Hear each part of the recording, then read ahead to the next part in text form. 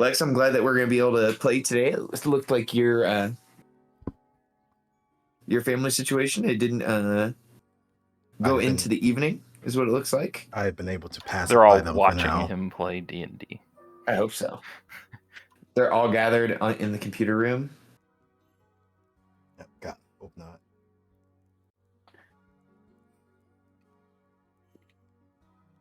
Or worse, watching the stream, in which case I'll be extremely vulgar. They're muted right now, so I guess they're halfway here for the moment. Wait. Whoops, I just realized I was muted. Yeah. No, I was able to pacify them for the time being.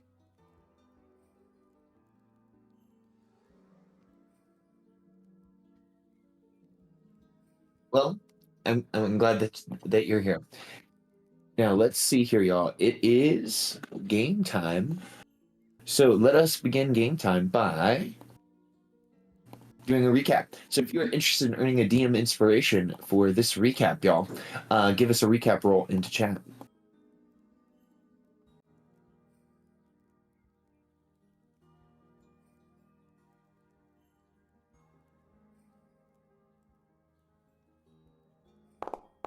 Let's see. I've got an 8. Going once. Going twice. Sold to Game in the Glade with an 8 in here. I'm going to, as Gaiman is giving the recap, shift our music a little bit more away from cucumber waters and foot rubs into something a little bit more I was going to go with familiar. seaweed wraps, but foot rubs are good too. Cucumber water, seaweed wrap. It's a very vegetable-based treatment that we're looking at here. Hopefully there's just no, olive oil dressing, because then that's just like a little mixed badly with the lotion. So no. Anyway, so yeah, previously we were, mopping up the Zentarum pukes, and we're able to keep Tomb alive. Most importantly, Fef, and then another lackey. And upon going through their effects, trying to figure out, what's the big brain plan here that the Zentarum are trying to get involved in, because it seems that they can control the mead that's coming out of good mead and make a profit, but there's got to be more than that. Fortunately, none of us speak thieves' cant, so can't speak it. So we're trying to figure out, where can we go to get all these messages translated. Tried a little bit of good cop, bad cop. And honestly, it doesn't work if we don't have leverage. And everyone doesn't want me to really, cause bodily harm. So that's out the window. But, yeah. So we're trying to figure out what the best course of action is. So I'll let on that, I know some people in Bryn Shanda, but if we're going back, we don't know how the Church of Auril is going to react. So we're presently trying to plan out our next moves. While we were also hashing out, what does justice look like? Because, Kia went a little, he went a little bit Punisher there for a bit, and seemed like he might do bodily injury to the bad guys, which is more my bag, but is a bit out of character for our friend. But yeah, it's a big question of, what is appropriate justice versus revenge, and how do we move forward with our respective objectives. Yeah. That is a excellent recap. Game in the Glade, please give yourself a DM inspiration.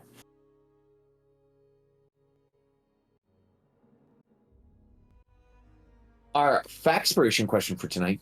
When your character works out or trains their body, what's the first exercise? What do they prioritize when they train? What do they do? Let us start this Factspiration off with Akia. Akia, what do you do? So Akia, when they first exit their sleep cycle, they start with their morning calibrations.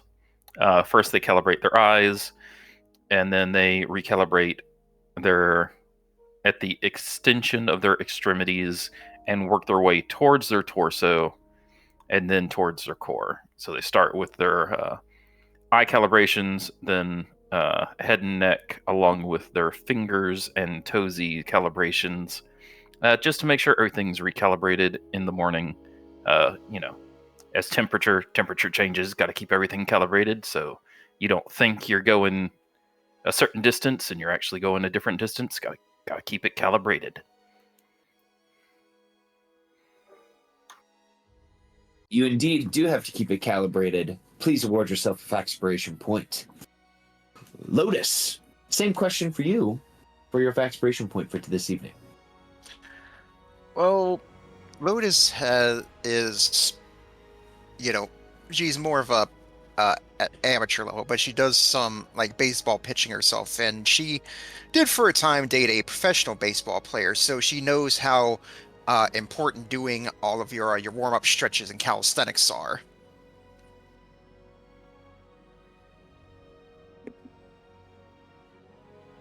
That's fair enough. So Lotus does most of her warm-up exercises like a pitcher. Yep, especially making sure to get the rotator cuff all nice and limber. There we go. Okay, excellent. Well, Lotus, please award yourself a Factspiration point. Alicia, same question to you.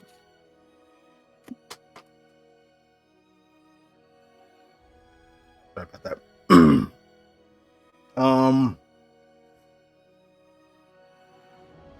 It's not really one, or they're not really one for working out, but I guess mostly stretching and yoga, kind of what they would be in for.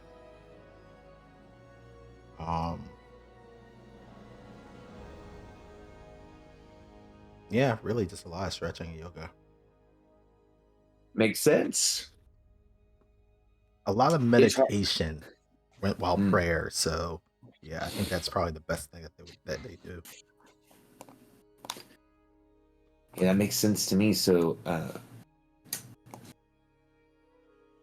Alicia keeps fit by doing her stretches, her yoga to make sure that her body is ready for combat and for the rigors of everyday life here in Icewind Dale.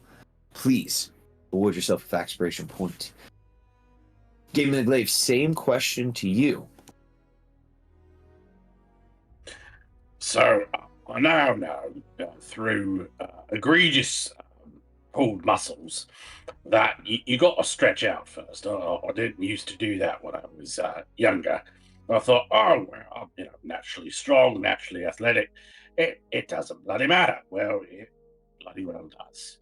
After being real sore after some bouts in the fighting pits, one of the more seasoned gents took me aside and was like, "David, you got to stretch out, mate. You got to kill yourself or tear something, and that'll get you killed." So it had a serious heart-to-heart conversation with me just because he couldn't bear to see me, fucking up.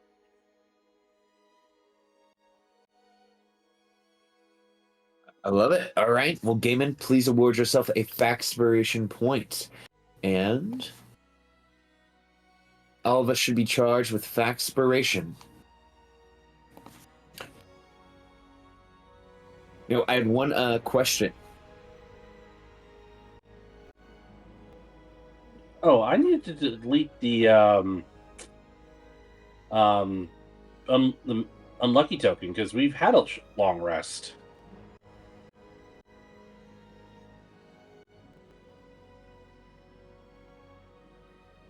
That's Sorry, right. I interrupted. No, you're good. Players, if I remember correctly, the B team is all remaining within the confines of Goodmead to make sure that the prisoners within Goodmead, here I will move us to our Goodmead map, are kept safe. Probably. Does the team? How does the team? Do we think that the Harpers will want Feth? Do we have any reason to think that?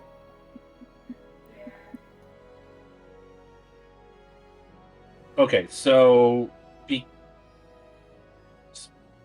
because of the conversation I did see in chat, or correct me if I'm wrong, Harpers operate on a limited basis, either in small groups or as individuals. So basically, the Harper presence is Gaiman plus his contact in Bryn Shander. Yes, that's the extent of the Harpers up here, as far as Gaiman would know. As far as Gaiman would know, that is correct. Okay. It's possible that Gaiman's Harper contact could somehow keep Feth safe from the others in Tarm. The big issue right now is that it is very difficult for anyone to get out of Icewind Dale and to make serious inroads within Icewind Dale with the blockade that's happening of the Reghed Glacier and with the compounding effects of all winter, no summer.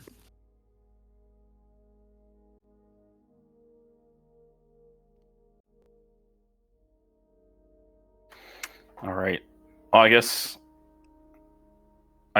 we can just get that translated and then decide what to do after that. So yeah, I think that's our best course. So we'll stick with the original plan. Just go. B team stay here with the prisoners. We go get the thing translated Sounds good. and decide what to do from there. All right. Before we leave, would there be any sort of traveling merchant or anything in Goodmead at the time that might want anything in Akia's ever-growing inventory? Within the city of Goodmead, Yes. you could find some people that might want to buy some of your stuff within Goodmead. Let's see here.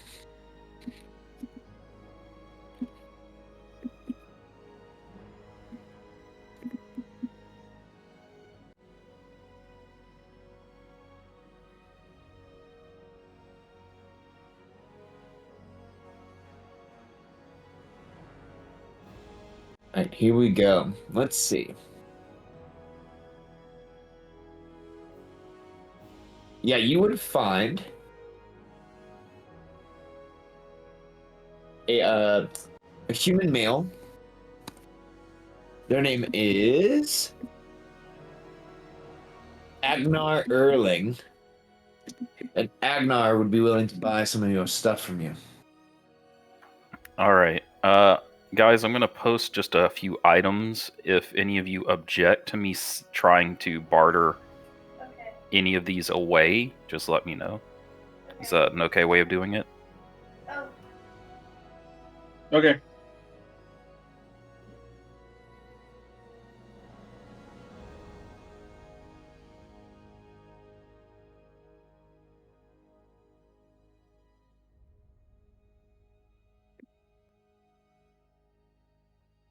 So we're just gonna give up on crafting basilisk parts. No, that's only half the basilisk part. I'm keeping the Oh. hide and the teeth. So I've got hide and teeth. I can work into things, but I can't really do anything with the gallbladder and the eye, unless someone wants me to try and make like a. No, I don't really have anything I can make out of the gallbladder and eye. Okay. Because I'm not an alchemist.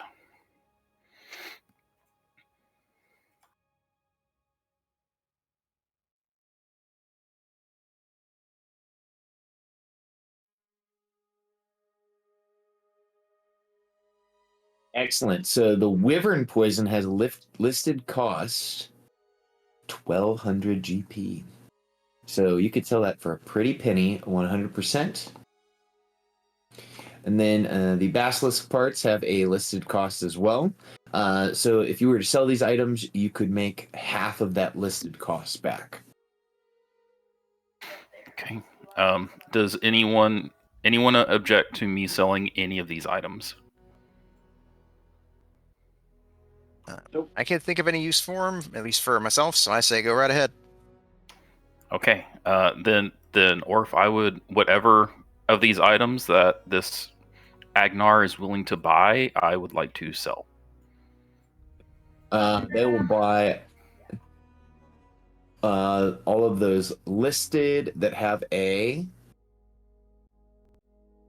cost here. Let's see. The Berserker Blood Vial. We will give that a price of 50 GP. Let's see. You're going to sell your Hag Gland. Why not? Yeah.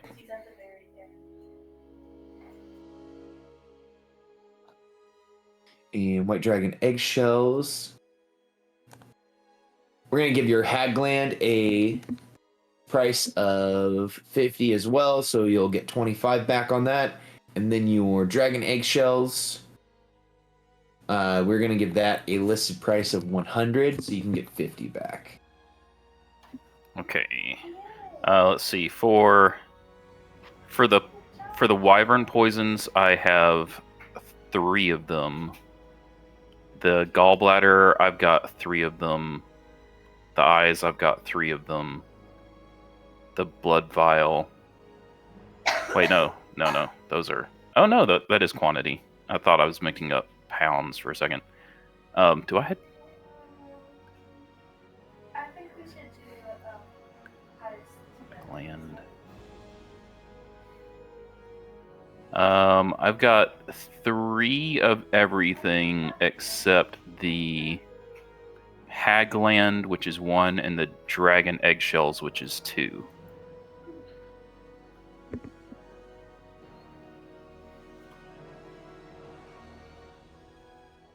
And they will buy it. And they will use this stuff to help make Goodbead a better place.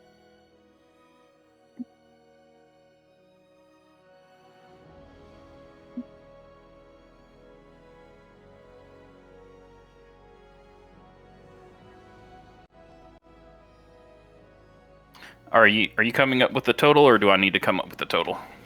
I thought you were selling them one by one and then adding them. So I assumed, and that was wrong. So yeah, you're gonna give me the total once you come up with that after getting those off your character sheet. All right.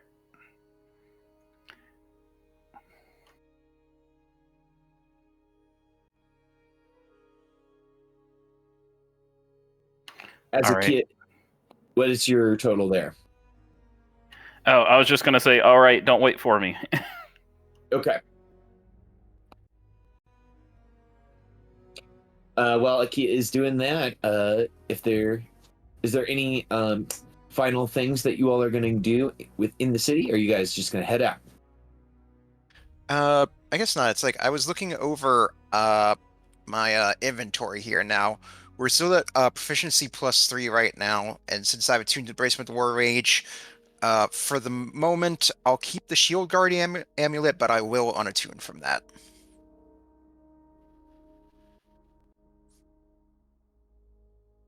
Makes sense.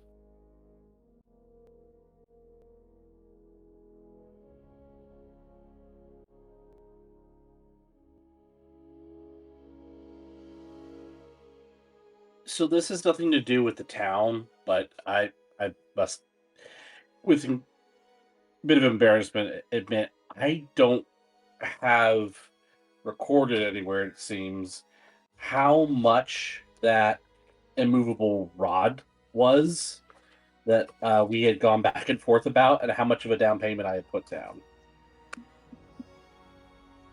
I thought I had it saved like in my journal, and it's not there.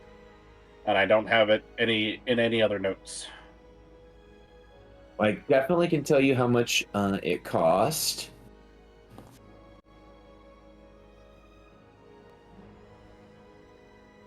All right, I'm ready when you are.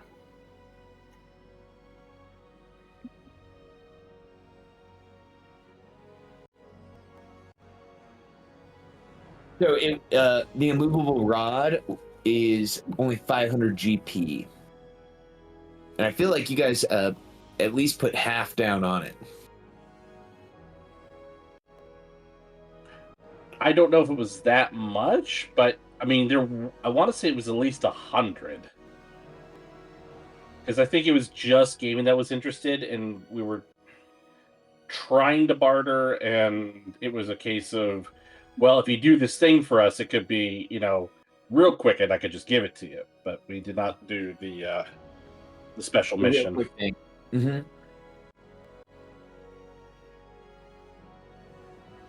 Well, hey, Akia just made a whole bunch of money, so Okay, you ready?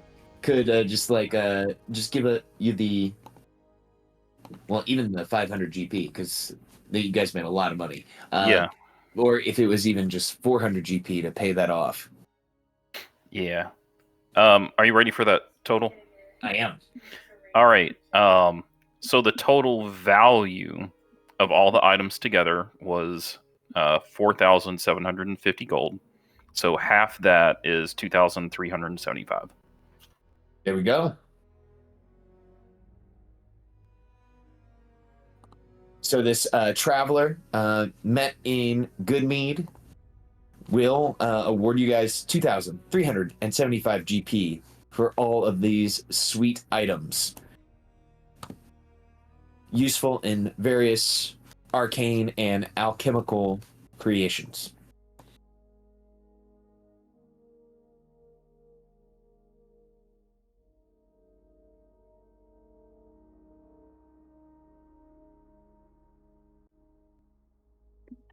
Would Akia give Gaiman the, we'll call it 400 GP to pay off the rest of the immovable rod? I think Akia would probably split the money since everyone that was here was involved in killing these things. I think they would just split the money evenly, which would come to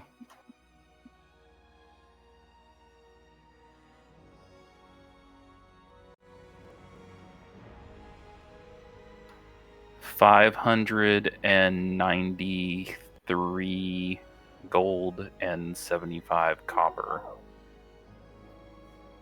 Or here, let me write it down like this.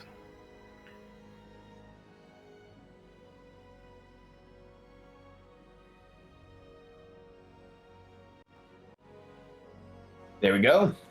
That's a nice little chunk of change for everybody. So yeah, Akia will sell all that stuff and then hand out 593 gold, 7 silver, and 5 copper to everybody.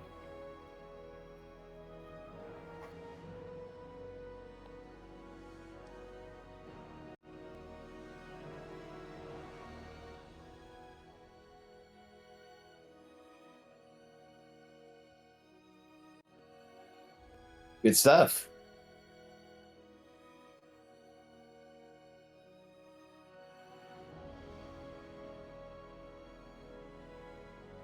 You Akia? Thank you. He's so generous. Sorry, I had something in my eye. Game is like, I'm not crying, you're crying. Okay, can we go there? And we all gathered these materials together. It wouldn't be right for me to keep any of it just for myself.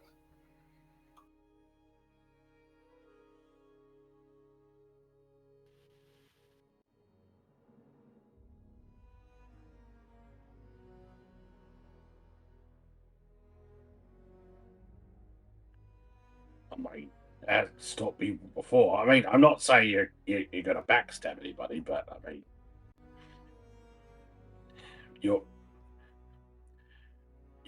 you're wholesome to a fault sometimes, mate. And It's not a bad thing. It's not a bad thing.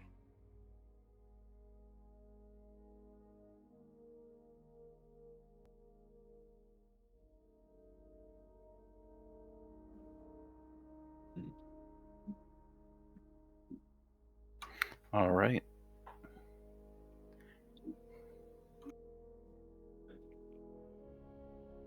All right, as you all go to push off on your adventure, we will say the hour is 10 a.m. as you all go to push away from Goodmead. Your travel will be quick based upon our travel here document from Goodmead to Bryn Shander. But utilizing our rules here from the travel document from Campfire, I would love it. We're going to need to get 4 travel checks here from the party as you guys are traveling quickly to make it back to Bryn Shander. The travel check DC is an 18. This is kind of a little bit of a skill challenge. And I'm going to put us on this map here of 10 towns just to represent the party, each kind of contributing to the challenge and how we can make the challenge as exciting as possible as you guys make your way back to Bryn Shander. So what I'm going to do is I'm going to grab your guys' characters.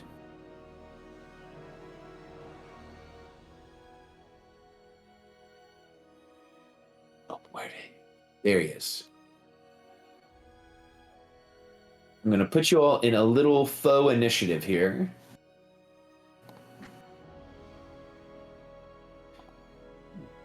Akia making it rain. Akia's making it hail with all those coins. In our little faux initiative here. That's what I get a natural 20 on. Okay, then. Absolutely. Just as we do in our normal skill challenges, you guys can tell me here for this travel check, which will only need 1 round of, what your character is doing to make the challenge as successful as possible. So we will start with Lotus. All right. I say as a way of motivating not just us, but also the sled dogs as well. Lewis will tell the story of the great sled dog Balto, who led a team through very treacherous conditions similar to this to bring some important medicine to sick children. So I would flavor that as persuasion. I love that. And the challenge DC is an 18. All right. All right, let me go ahead, bop with eye for expiration there. Sure. All right, just made it. Absolutely. Okay, that's 1 success so far on the travel DC. The dogs are all excited. They're making this face as you tell the tale of Balto, the half-wolf dog. Yeah, that looks about right. Voiced by Kevin Bacon in the animated movie. Cute. Oh. Y'all, I think I need to watch Balto again. It's been like 10 years or more since I've seen Balto. I want to see if it holds up.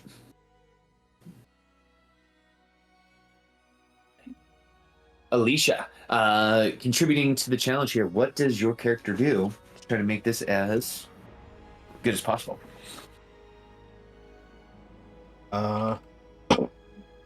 Doing their best to look out for any dangers that are on the road. So that's going to be, we'll just move this out of the way.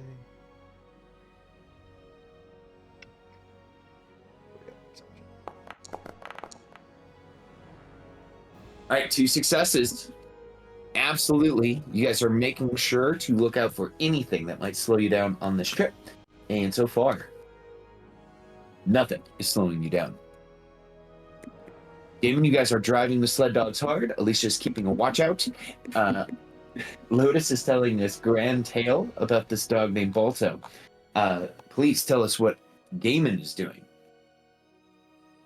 I'm bloody well navigating, aren't I? I'm using survival skills.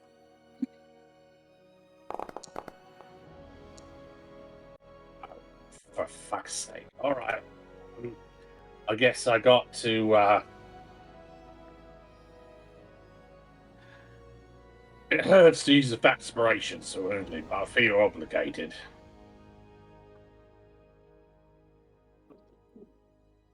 It's a D10 or D8. It'll be a D10 when you guys become level 10 currently, still a D8. Just enough. Just enough. That's 18. Excellent. Gaiman is navigating perfectly, making sure to avoid any hidden rocks in the snow. Akia, last but not least here. Very good. Akia is going to remember all the best rest spots between Goodmead and Brinchander.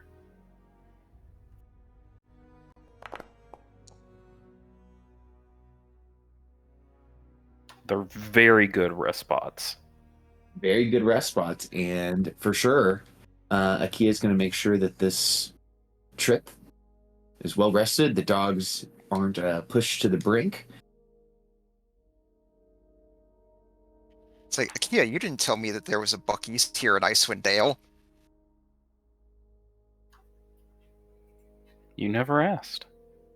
Never asked. There we go. So I need to go in, and you guys are going to award yourselves one windfall here.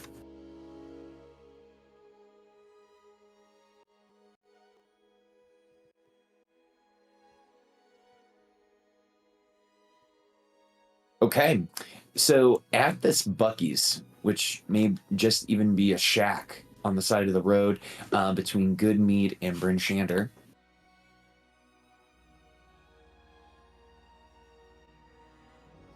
you all meet a dwarf named Askelin. And Askelin tells you a small tale that is good enough to award all of you guys. I know some of us spent our Faxpiration, essentially another Faxpiration to charge you guys and keep yourselves, a little bit more lighter of step and of foot for the rest of your journey. So if you spent your Faxpiration, you can award yourself another. If you still have it, you can award yourselves a second stack of Faxpiration. Very nice, very nice. You should be able to do with a left click on Faxpiration.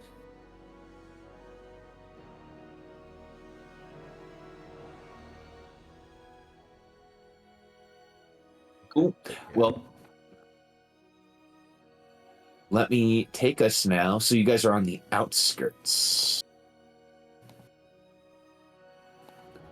of the city of Brinchander. I know our tokens might be within the city, but I know that you guys are on the outskirts looking in. The gates are lit up with a pale blue light. The spaces between the lighthouses are draped with the standards of the Church of Auril. There is a new sight that is a little bit shocking that wasn't there before. You all notice that there are ropes that hang down from some of the guard houses. These ropes have been coiled and knotted to create a noose. Inside the noose of these hanging ropes, you see bodies. The bodies have bags over their head, hanging limply from the guard houses. I guess Lewis will look at with like, oh, looks like they've taken to redecorating while we were gone. Gaiman is gonna relatively gently hit you in the shoulder. Ow! Show some respect. One of those could be the sheriff. I thought we were going and my Bible disappeared. He's just Looking going over to them. approach Oh. the bodies and try and look at them. Sure. The gatehouses, at their tallest, are about 2 stories tall. So kind of hanging down from the gatehouse. Their feet would be relatively at between probably 7 to 10 feet off the ground. So Alicia would be able to get a look. I definitely am not approaching the gatehouses because I didn't want the church to know I was here.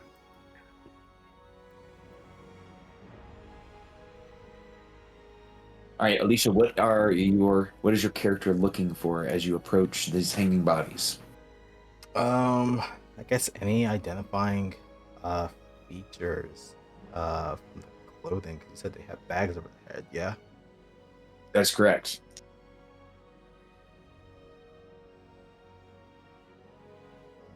So yeah, just trying to get an idea of like if they were citizens, if they were other guards, who were they, if I can even tell that.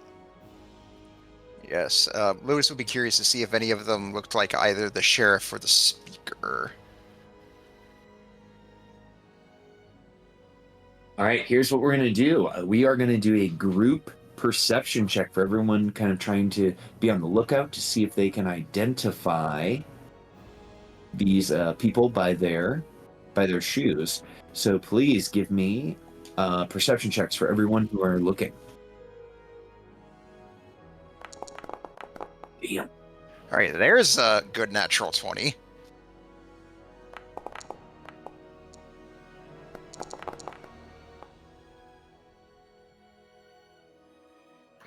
Akia's not going to get close enough to check. Sure. So, with your combined efforts, you can't seem to identify these people by these boots. It is just, unfortunately enough, the sameness of dress within the city of Brenshander has made people hard to identify with the winter clothing, and just, unfortunately enough, maybe the intensity of the situation has kind of taken the eagle-eyed Alicia and thrown her off her game.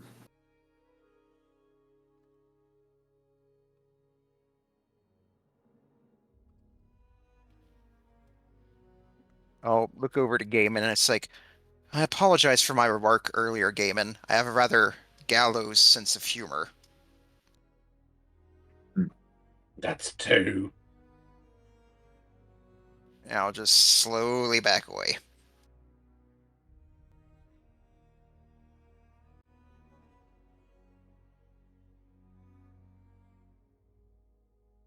So far, you guys have not been approached by any guardsmen or Church of Auril members here on the outside of the town, on the outside of the gates. Are the gates locked and closed and locked as far as we know? You all can see that if you wanted to walk in, you could. The gates are open. They are not closed at this point because it is 11 a.m. Because it is 11 a.m., that means it is actually dim light time. So there is ambient dim light. Okay. Gaiman is going to turn to the others and say, listen, I don't know if he can make more people invisible, but honestly, I think it's best if I go in alone. Let me go find my contact. Let me get this shit translated. Figure out what the actual fuck is going on here. This has gotten out way out of hand. All right, Yes, Lotus will please nod. do so. Yeah, Lotus will nod to you and say, all right, if we run into any trouble out here, I'll send you a text message. Okay. Gaiman will double back to where Akia has, set up shop, I guess. It is doing some tinkering, and he's going to go to him and say, all right, I need to go in there. I need you to make me invisible like we talked about before. We got to do this sharpish like. How long can you make me invisible for? It only lasts 1 hour. All right, make that work. This is getting fucking way out of hand. This is. Fucking fascists. Gotta figure out what's gone wrong.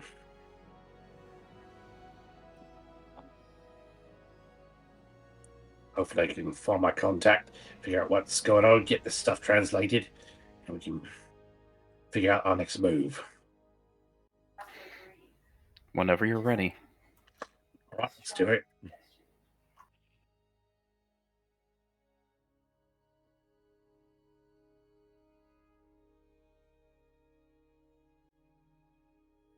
All right, I can't cast spells and I can't attack anybody. Gaiman will carefully make his way through the gates, knowing that they may not be able to see him, but footprints in the snow and all that jazz. And so as soon as he can get through, hopefully without being spotted, he's going to get to an elevated position and start running across the rooftops. Absolutely. And because you are invisible, Gaiman, you can give me a stealth check here as you are moving through the city, and I will grant you advantage on your stealth roll as you are trying to avoid being noticed.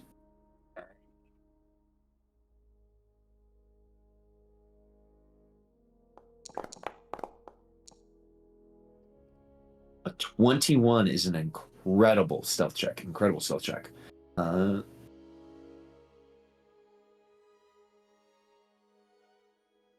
And Gaiman, luckily enough, the city of Bryn Shander is rather small, and you know it like the back of your hand. So, Gaiman, you're running across rooftops. You're shimmying over what would account for like modern day storm drains, but of course they don't have those here in Bryn Shander. But Gaiman is able to make his way to his Harper contact without being basically stopped by guards or by Church of Auril members. Let's see. Did we give her art? Let's take a quick look.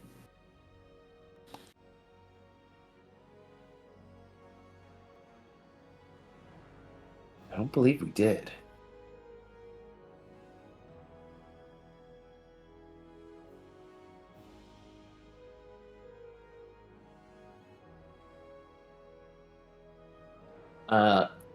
And I don't know if we even gave her a name. So give me just one moment. Is this her?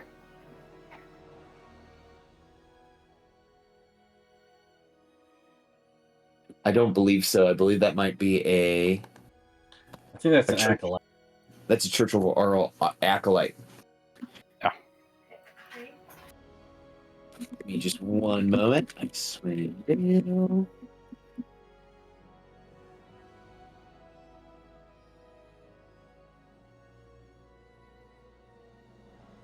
We're gonna let the power of RNG decide. By that, I mean I'm gonna drop the token and then assign her an art. I think that's pretty appropriate right there.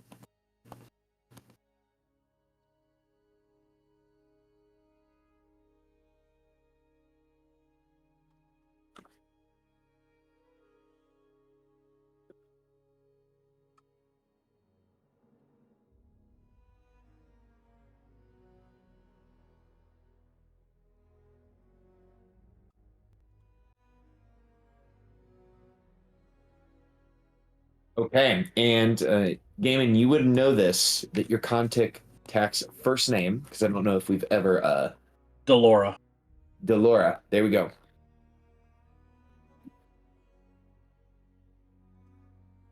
Sorry, my cat is like messing with me as I'm trying to do this. Your Walter. cat has gone full cat mode. Walter, what are you doing? Ever since we got you that lion cut, you have just been a crazy boy. Okay, so Delora, you were able to find her in the typical spot that she likes to basically pretend to be a beggar and panhandle from people. And of course, you are still invisible. So, Gaiman, tell us about your approach as you find Delora.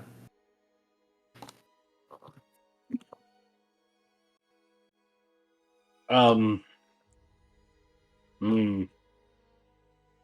I think I'm gonna have to do the typical comedy / action hero trope, and I'm gonna come up behind her, put my hand over her mouth, and say, "Lord, David, now, don't scream."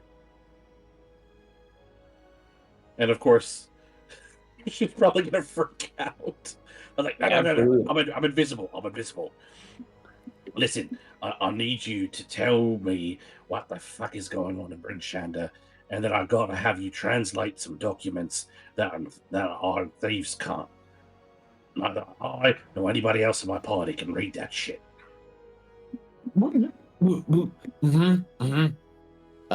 She gives you a knowing nod.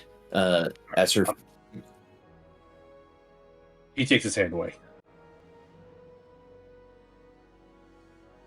Yes, the situation in Bryn Shander is been getting, how they like to say, all topsy-turvy. The Church of Auril is starting to execute what they like to know as criminals. So far, the city's speaker and sheriff have been saved from any injury, as have the priestess of the Morning Lord. But others that have been not so lucky are hanging from the guards' towers. And if I had to put a number on it, 90% of the population of Bryn Shander now wears the blue cloak of Auril.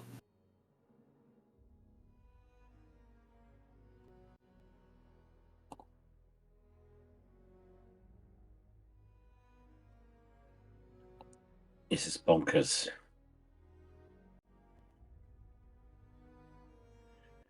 I mean, have they been saying what they're planning on doing? Yes. The priestess, Sybil, says that Auril's reincarnation will come soon to clear the air, to stop the snowfall, to stop the darkness.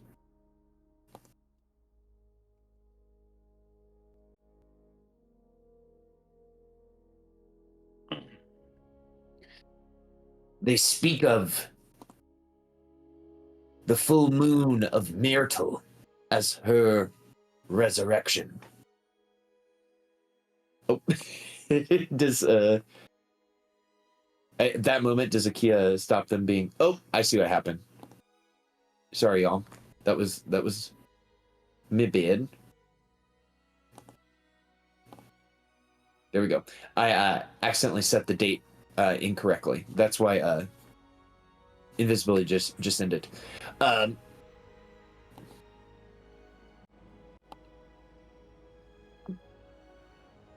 Your contact notes that they have been saying the 2nd of Myrtle, and I'm putting this in their calendar, is the eve of Auril's reincarnation.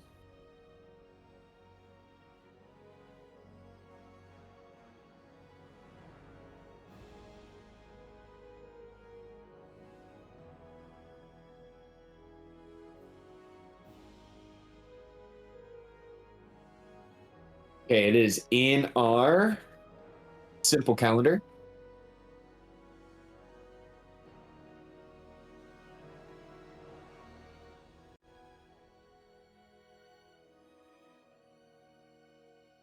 And I will also put that in our Rime channel.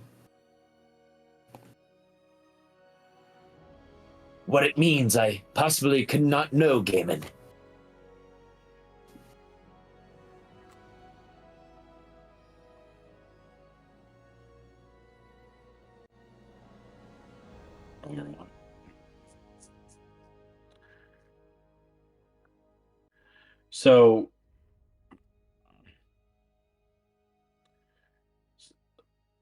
So the coming of the Lord, Auril, well, she's a lady, but you know what I mean. The 2nd of Myrtle, do I have a sense of how many days away that is?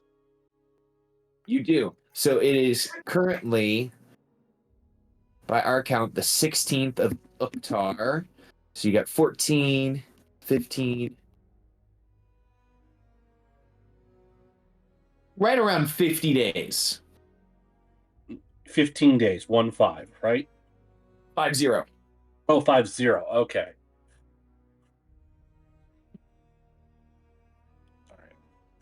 All right. Okay. In that case, I mean, that's pretty much.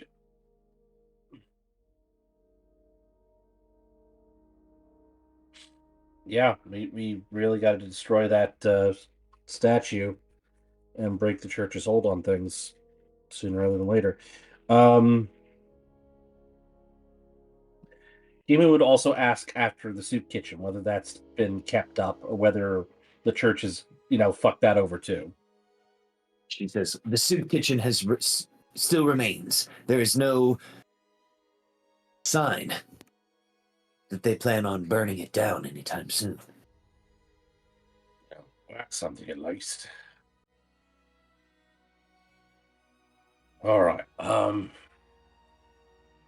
Is there anything else that you feel I should know? Because I'm trying to do this, quick log.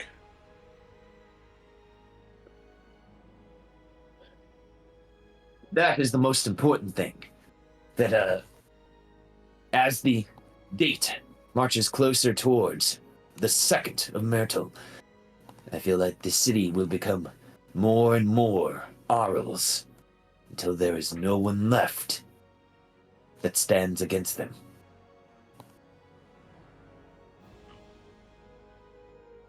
Fair enough. All right. Okay. I don't like doing this, but I'm gonna have to break invisibility now. It's gonna be really a pain in the ass getting back. So Gaiman is going to, I guess, attack himself. Like he's going to take out a knife and cut himself so he can break invisibility. Why are you attacking yourself? Because he's, I don't know. This seems on brand for him. I know it's stupid, but he's overwrought. Actually, you know what? He's not going to stab himself. He's going to slap himself. I deal 5 damage to myself.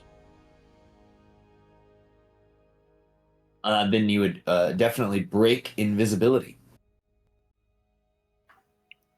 Something has happened. All right.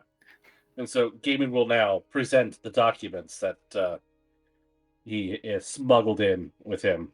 Because if I didn't do this, the documents would also still be invisible.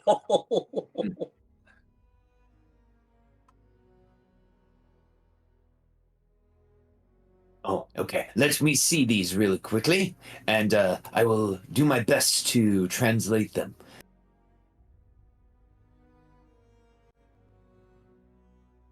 And she will take a look at them real quick. Well, this is disconcerting. It appears that the speaker of Targos is a Zent, a flying snake. According to this. And they had plans on the city of Goodmead, a strategic powerhouse within the region. Controlling the shipments of alcohol would allow their organized crime to, well, bolster in size. Very interesting.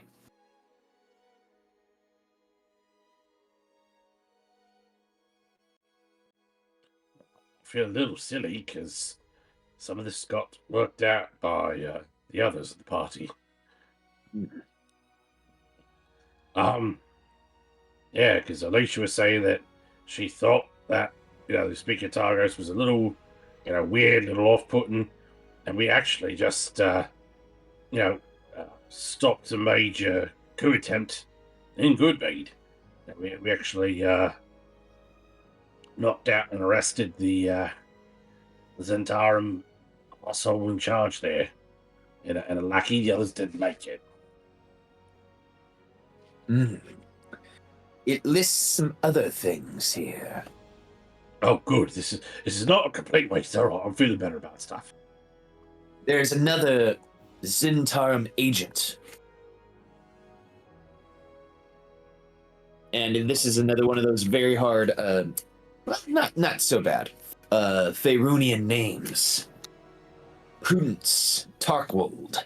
It appears that they work as a clerk, or did work as a clerk, within the city of East Haven.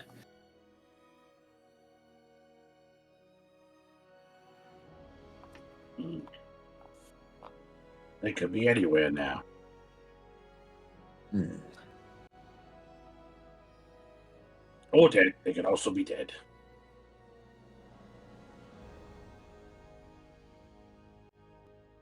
See. Well, they had another plan here. It involves Chardalin.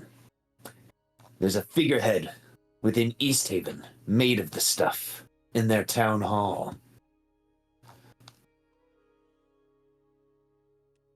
What were they going to do with it? Does it say? Oh, well, this is...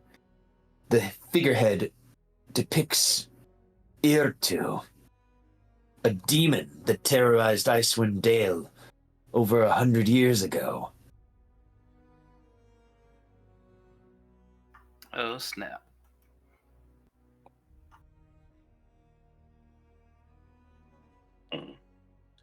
I mean, What? if it's made of shard, it probably would have survived the attack. We should probably dispose of that. These are very helpful documents. Not only would it put these two Zent agents out to the light, but discloses a potential plot. Well, several plots.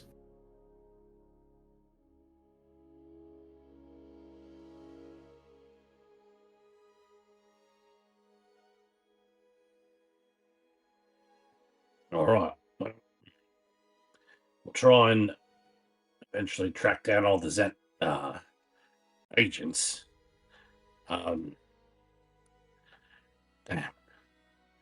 We really got to get Brinchanda back under control.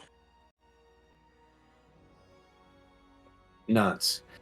Anything that you all can do, and quickly,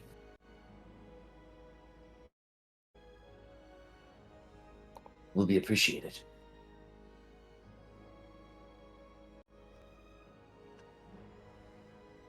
All right. As we were going through, is it possible that as part of the translation, that like they're like writing underneath it to like amend it? Oh, is like Delora trying to apply her own sort of code on top of what is a code on top of a code? Not a code on top of a code, but like translate it. That way it can bring it back to the party and they could sort of like parse other information as well. Absolutely, yes. Delora can write out everything that's been written and explain to Gaiman. That way Gaiman can share that back with the party. Okay, perfect.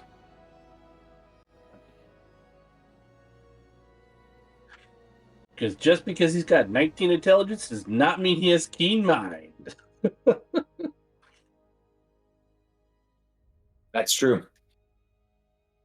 As this is happening, for the members of the party that are not with Gaiman, excuse me, what are you guys doing?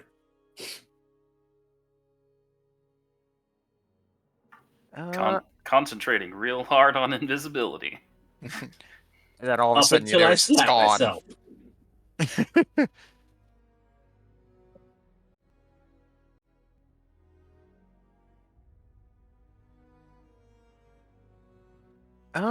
I think at this point would be while we're sitting here, Lotus would be somehow she would have manifested like the reading glasses like her mother wears, and she'd be looking over the the contract, or I guess technically the imp would say the copy of the contract.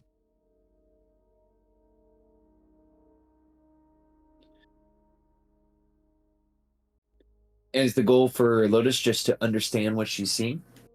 Yes. Sure.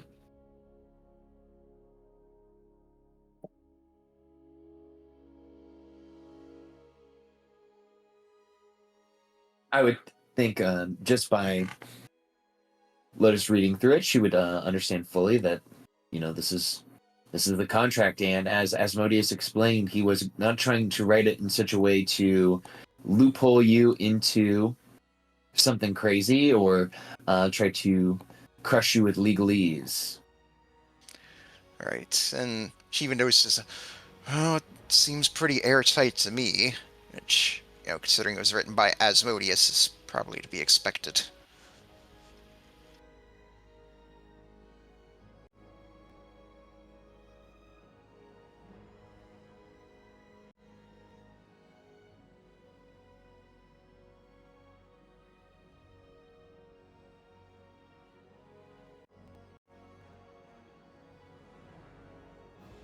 Okay, so we know that our friend Lotus is reading through the contract. Would Akia or Alicia be up to anything? I mean, I think Akia would look over the contract, try and find something.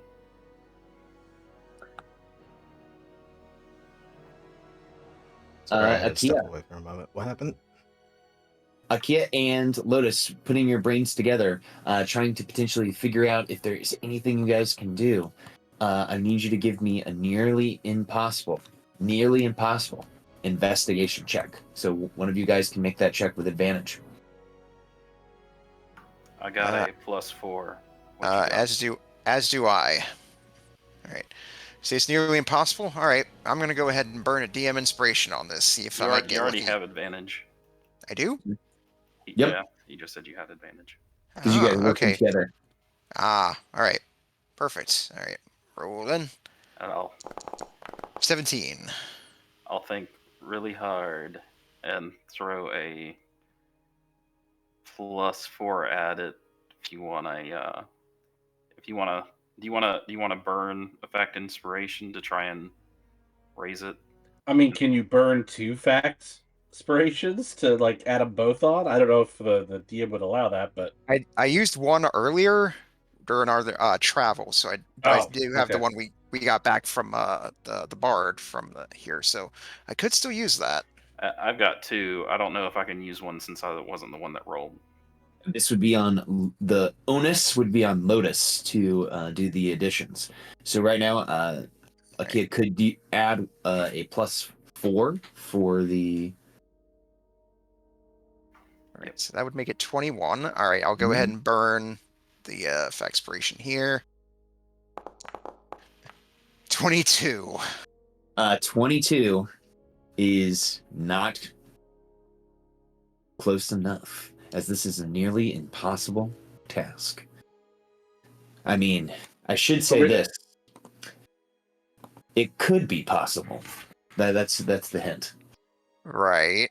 AKA by nearly impossible, you mean DC 30. This is a 25. Oh. I believe it's nearly impossible is 25, and then impossible is 30. But I might be wrong in the DMG task. You say it's a 25, and they're at a 22. So what you're saying is they could succeed at a cost if I wanted. I wasn't gonna say the phrase that you dislike. I was gonna say succeed at a cost. Yeah, I appreciate that. Mm-hmm. Okay.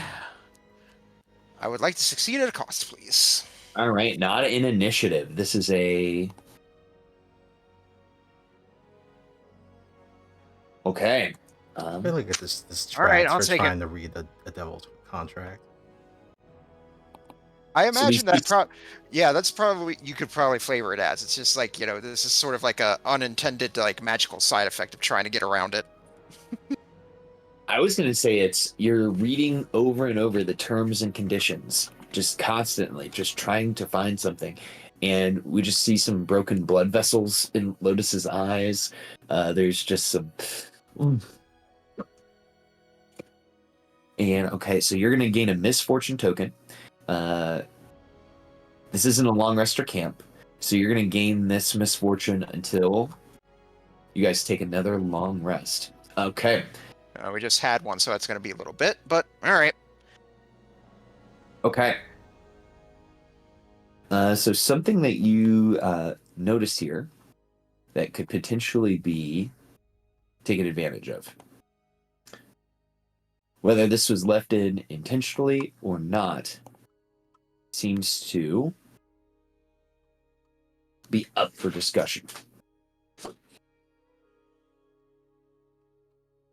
So, Lotus, known as the Sorceress, has to complete this task, the task being undertaking a quest to free Valish Gant from the confines of Revel's End.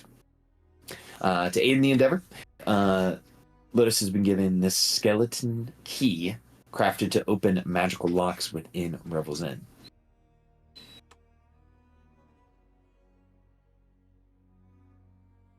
Lotus, you believe there is a way that you could free Valish Gant from the confines of Revel's End, but still keep him as a prisoner of Revel's End, because it does not say how long in the contract Valish Gant has to be free. It just says to free Valish Gant. It doesn't say for how long, for you need to escort him somewhere, just to free him from the confines. So you're thinking, potentially, I could take him out for just a second or two and then put it back. All right. I guess before I reveal this, I would to the other to Alicia and Kia, it's like knowing that the imp's probably around listening to me. I would sort of go up to Watto and say like, Watto, I need you to do me a favor. I need you to Watto, I'm distract here. the imp. Yeah, he is. He's back in good meat. Oh fuck. Okay. Need to think of distraction. I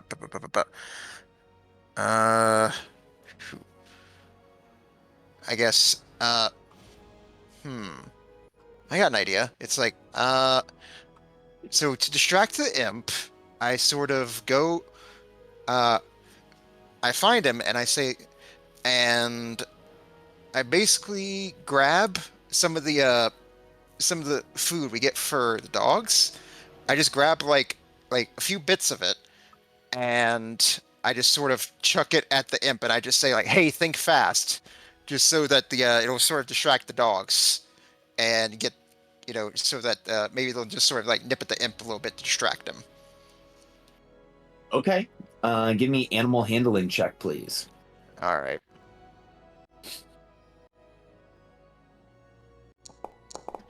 Well, Okay. Akia, you do have your reaction back. Do you feel like you want to help Lotus out here?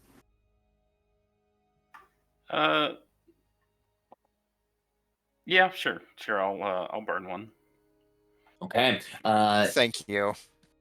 Lotus, you throw a bag of dog food at this imp, and as the imp turns around, he just gets smashed. Boo! And the dogs just run over and start messing with the imp, giving you enough time. All right. As that's going on, yeah, I quickly rush over towards Kia and Alicia. I say, "All right, guys, I don't know how long the imp's gonna be busy, but I think I might have found something that can work with the contract, and we don't have to and we don't have to kill anyone, and we shouldn't have to hurt anybody."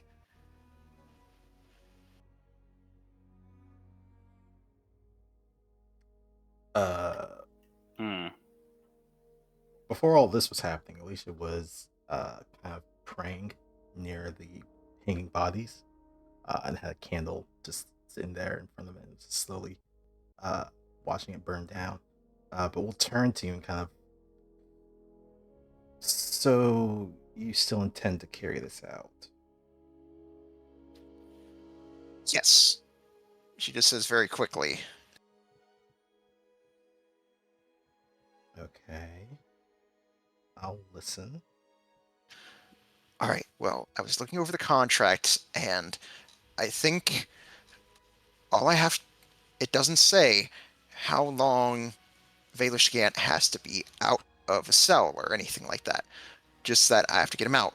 So, we could just, break him out, just leave him in the prison somewhere. They'll put him back in, and that should do it, because it doesn't specify how much time. And she'll actually look over the contract and just sort of explain it all, how she came to that conclusion. Mm-hmm.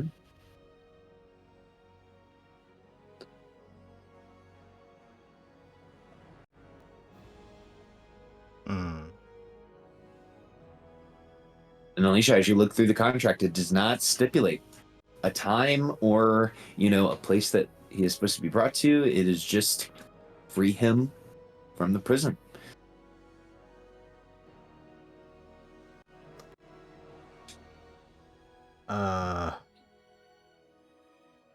Sorry, I'm trying to think here.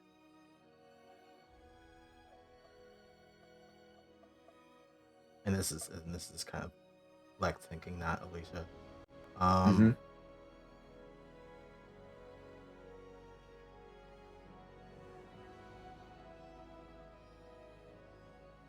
Well, I guess I'll switch it over to Alicia.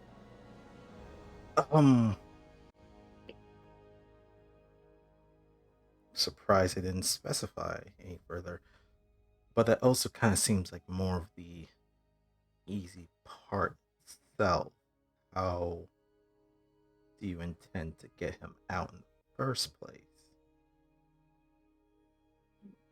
Or them letting you get close enough to get him out?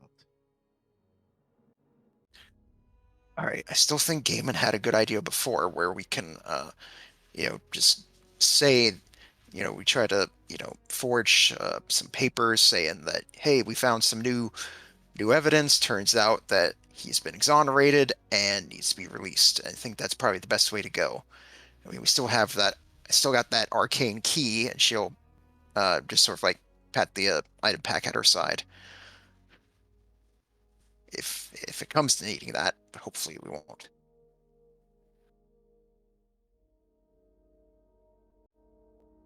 Hmm.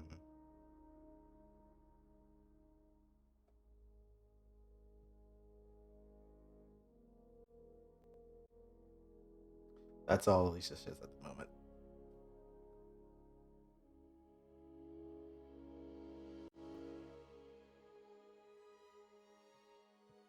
I don't know if the key is chiming in or.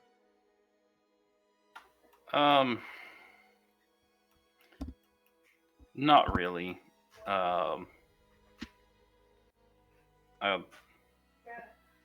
just kind of want to move on with everything else, but I think Akia is like, okay, that makes it a little bit better.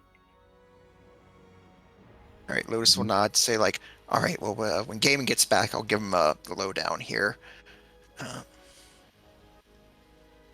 And then I look over and see, I don't know, it's like, how's the imp faring with all the dogs coming after him?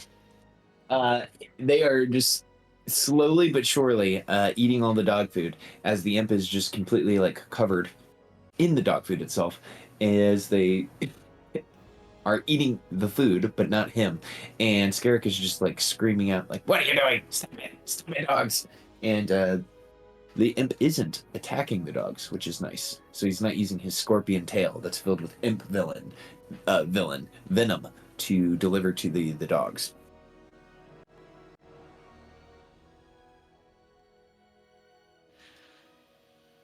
Lotus will actually look at that and smile and say like, I think we'll let them enjoy their chew toy for a little longer. Okay, and we will jump back to Gaiman. Gaiman, Delora has finished transcribing the document for you, and she hands back the pages.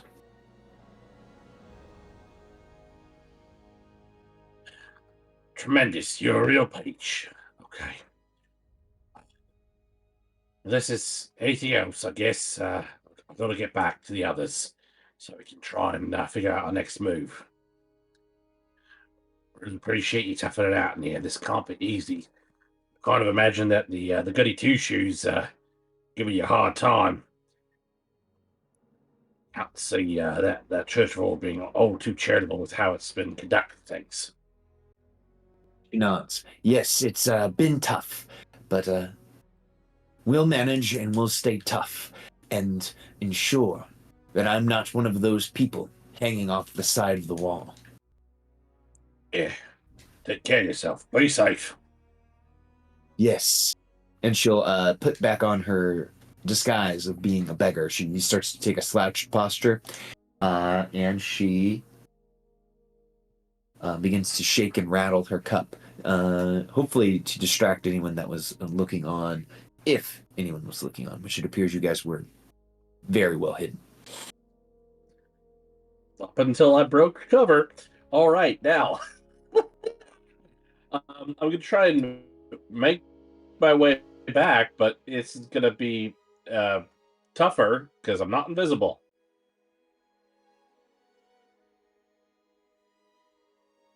That is Do very you want me to true. roll another stealth check? So what is Gaiman's plan to try to get out?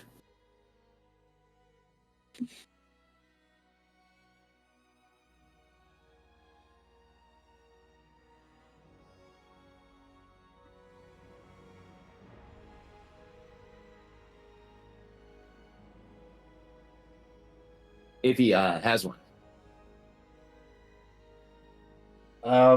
For his 19 intelligence, he didn't think that far ahead.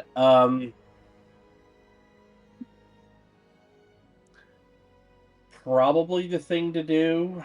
All right. So we've got some light now. With what Gaiman knows of the cycles of day and night here in Two Towns, when is it going to get darker or dark again? You will have 2 hours ish of this light before it goes back to basically being the middle of the night. So at 1 p.m. it will go back to darkness. Okay.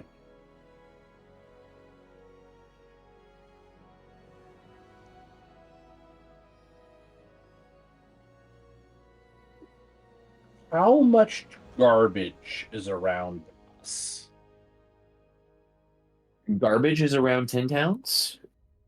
I would say that 10 towns doesn't have a lot of garbage because everything has to be reused, either as fuel, as food, or to patch up houses, or to be used as supplies because of how little things are coming from outside of Icewind Dale.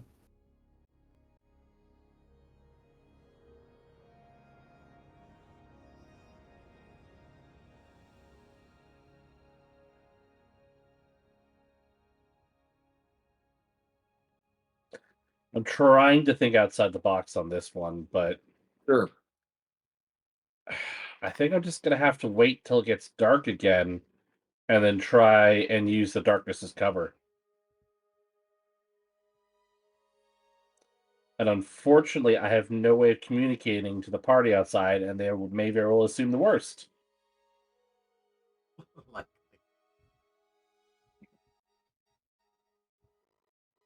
Fuck it. I'm gonna go back the way I came and just hope for the best. Okay. Just trying to stealth it out. I love it. It'll be a stealth check to make your way out of the city unnoticed. I'm gonna try. I'm gonna use a Deem Inspiration or Recapspiration or whatever the hell we're calling it, and use that to give myself advantage this time. All right, let's do this. Really? Straight 16s?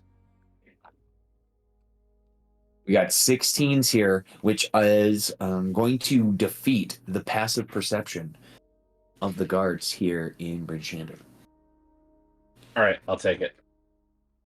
So Gaiman is able to make his way out of the city. There may be a couple of close calls where someone almost sees him. But in the end, Gaiman is able to sneak out back to the party. What I really need is a big ass cardboard box. Is what he thinks to himself. A very nice cardboard box or one of those giant orange traffic cones that will fit over a human body.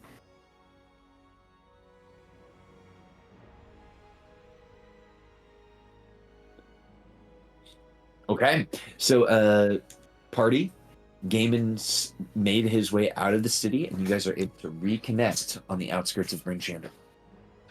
As soon as I completed that thought of, yes, I need a cardboard box like Solid Snake, I was thinking, immediately followed that up with a thought of, oh, oral gear.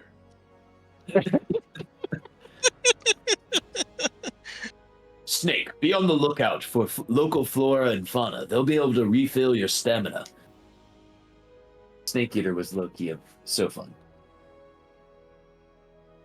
I was just walking around the jungle doing pull-ups on trees, eating snakes, mushrooms. That's the life. Messing with my PS2 save so I could just kill an old man and not have to fight him. Good stuff. Bear Grylls got nothing on that. It's true. Okay, so you guys have reconvened, and we will call the timing of this. We'll say that this took about an hour and a half. So right now you guys are sitting at 12:30.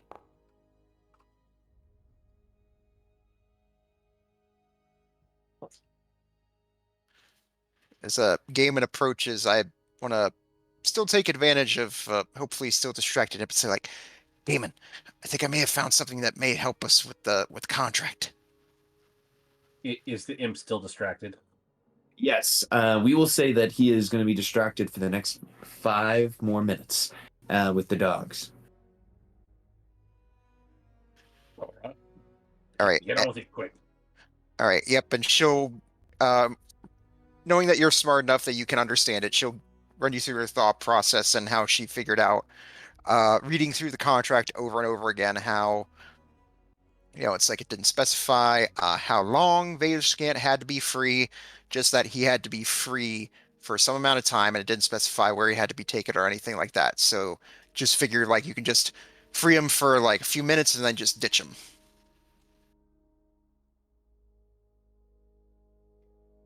I mean, yeah, that'll work. I mean, we don't have to do anything quite so elaborate as like getting fake documents. Shit, we could probably just try and bribe the warden.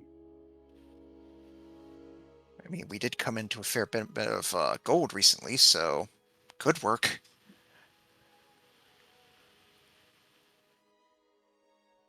Or we don't need anything as elaborate as the pardon papers. We could just say we need to question him again. Question him, take him outside the walls for a bit, and then provoke him to attack one of us, and he goes right back in. All right. Yeah, that could. All right. Yeah, that could work too. All right. Some good ideas, some good brainstorming going on.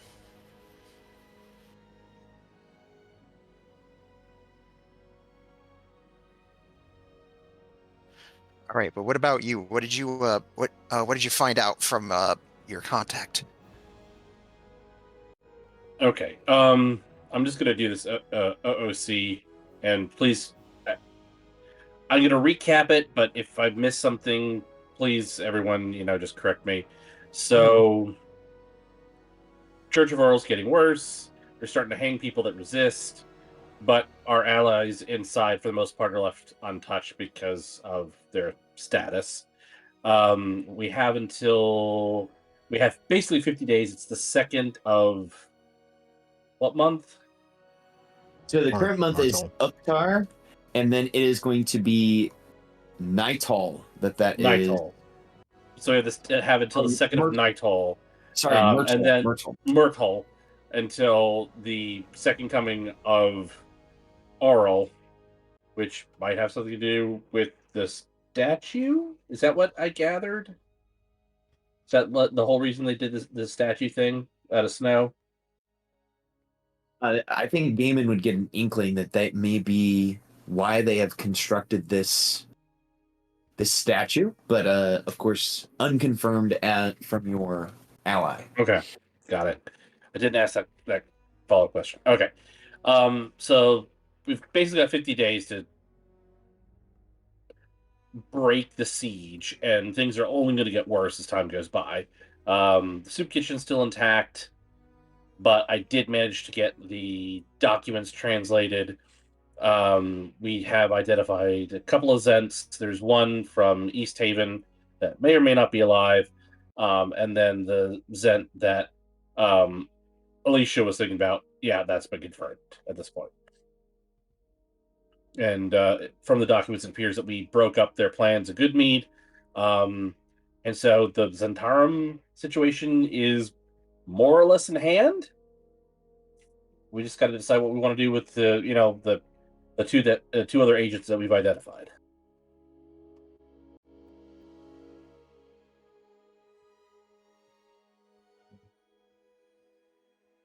All right.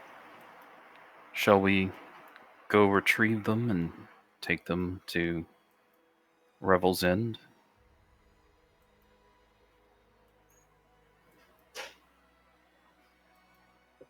I mean, we can do that, but like, what's the charge? You know, where's the proof? We just have this written letter. Murder. They murdered multiple people. I'm not questioning that, but it's just.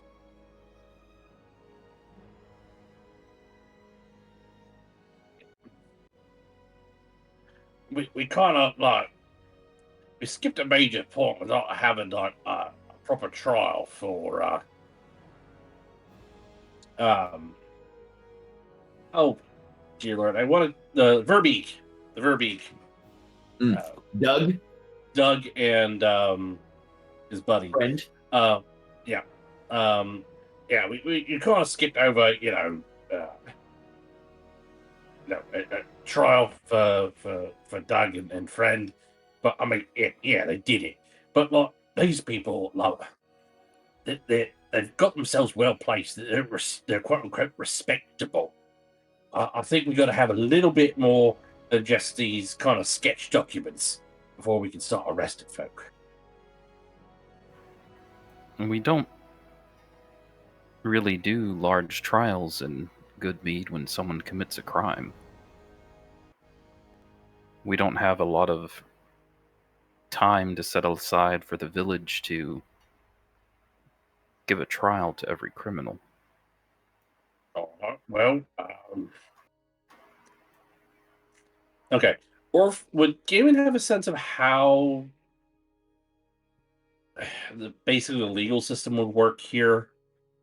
Because I kind of feel like, trials are more of a thing like in Waterdeep for sure, but like out here basically on the frontier, is it just basically frontier justice and we could go grab the Zent agents and just take them to Revel's End? Or does there have to be more of a And trial system? You've also got the speaker in Thane that can sign a document that says, "Hey, these guys committed murder. Please lock them away." That's true. It is. Oh, go ahead, Alicia. I know Alicia was going to bring up that may work for Goodmead, but you would be trying to incriminate a speaker of a settlement. Yes, the papers do mention his name, but like Gaiman said, you would have to have something pretty substantial to uproot him.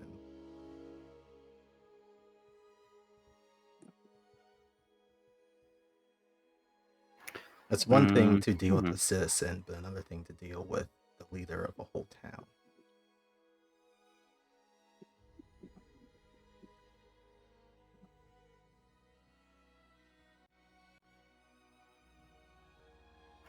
I see what you're saying, because they wouldn't have any way of going, oh, this isn't the speaker of Goodmead. This is just some random person that decided to take over Goodmead and send the old speaker to jail. Possibly. Yeah, I get it. I get it. Yeah.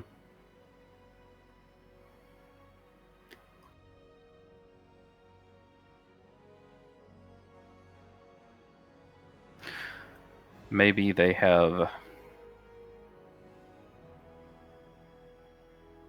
some zone of truth magic where you can just walk in and go, yep, these people murdered people. I don't know. With Zone of Truth, they can just not talk. Yeah, but we can. Oh, us. Yeah, we can just be like, yep, I'm the speaker, and I'm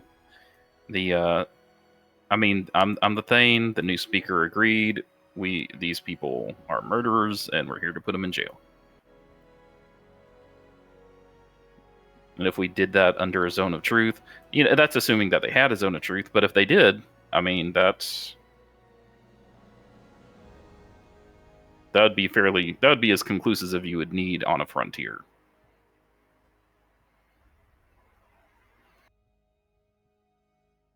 You also know that the Revel's End is ran by the Lord's Alliance. The Lord's Alliance is a faction that is undoubtedly against the Zentarum. And if you are trying to rid anywhere in the land of Faerun of the Zentarum, that would probably hold a huge sway for that group. Right. But we'd have to go to Rebel's End first. Yeah, and they probably have they might have markings on them. They might be like tattooed, like Zentarum tattoos. I don't know. Also, another possibility. But that's how we kill two birds with one stone.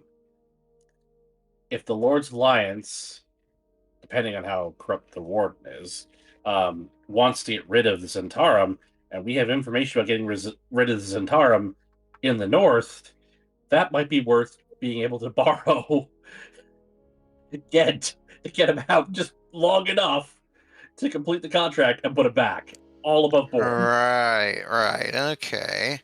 So I think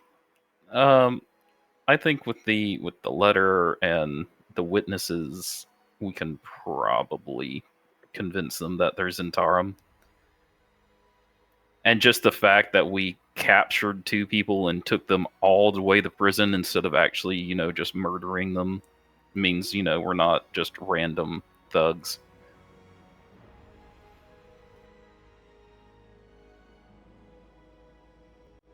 And we are all Thanes.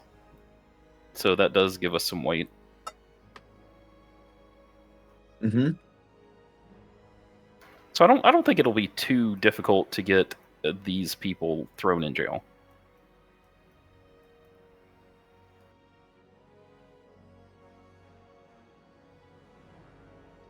That's kind of action Alicia can get behind. All right, so we're ready to head back and get the prisoners?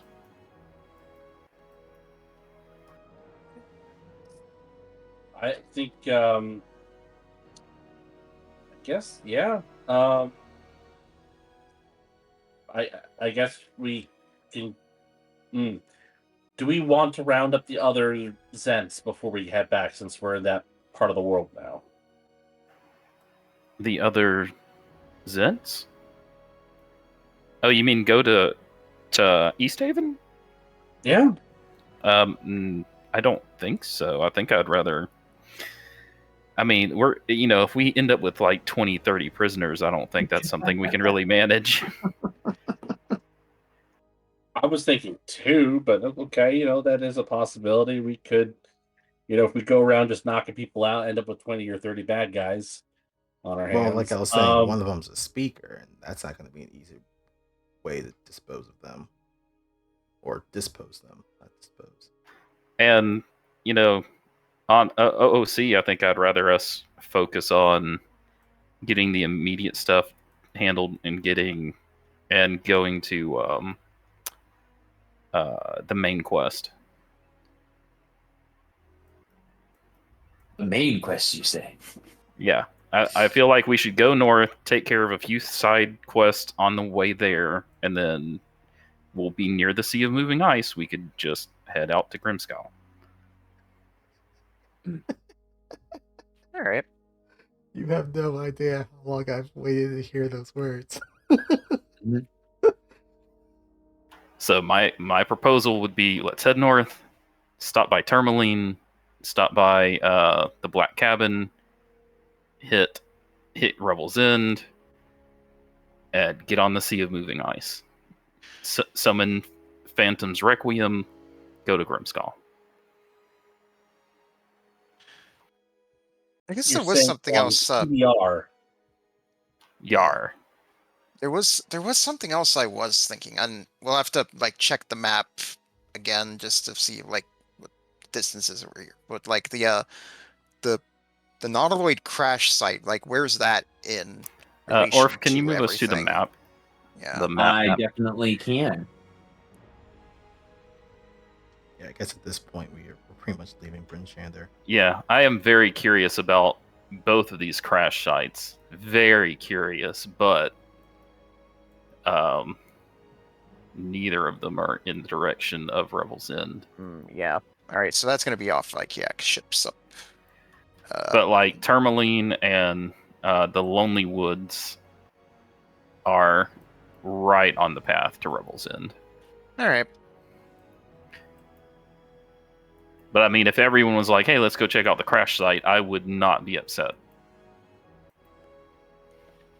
I think it's better if we start heading towards the prison. If anything, if you guys want to, we could always try to do that like afterward, because I just don't really like the idea of doing that while we've still got the prisoners and whatnot. Oh.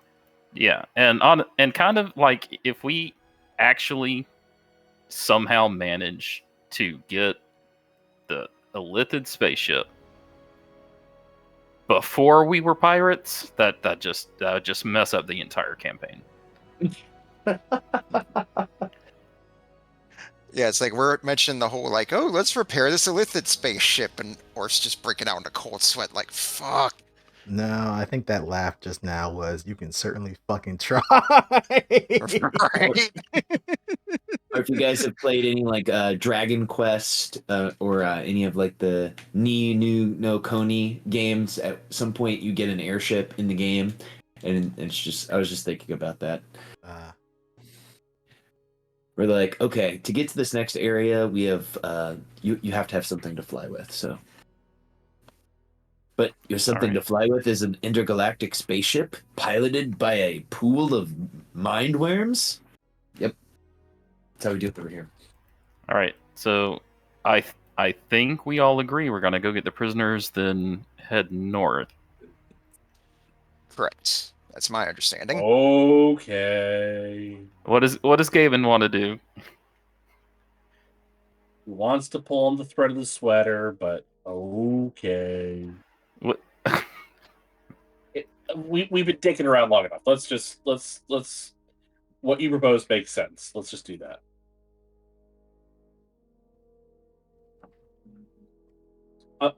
Me personally, I'm good with whatever we do, but Gaiman is still kind of a big child, and so he's got new toy syndrome. And it's like, oh, I've got this new mystery I can fuck around with. Let's fuck around with that. Mm-hmm. Mm-hmm. Okay, so you guys are planning, go back to Goodmead, collect Doug, Friend, and the two Zents to take to Revel's End. Yes. Plan. Mm-hmm. Yep. Okay. No problem. As we know, it's about an hour via dog sled back to Goodmead. And from there is your plan to just head up the 10 trail as far as you can, and then just take that as far north to Revel's End? If the rest of the party would be okay with it, I would like to stop in Tourmaline to look for resources.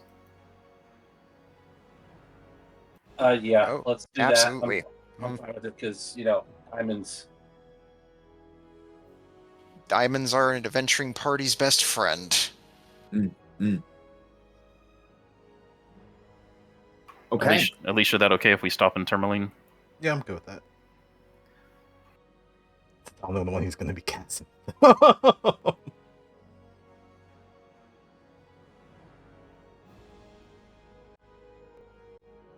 right, well, I'm going to reset this. And we are going to have another travel sequence, because I think this could be potentially very fun. Just to see what happens as you guys are going to make your way back to from Bryn Shander to Goodmead. And let me bust out the calendar here. We are going to say that, unfortunately enough, in the time spent discussing and sharing what was said by Gaiman's contact, the dim light has ended. If I close my calendar, how do I reopen it? You should be able to go to the bookmark, the journal notes tab on the far left side, and then you should be able to click on that and then open up Simple Calendar again.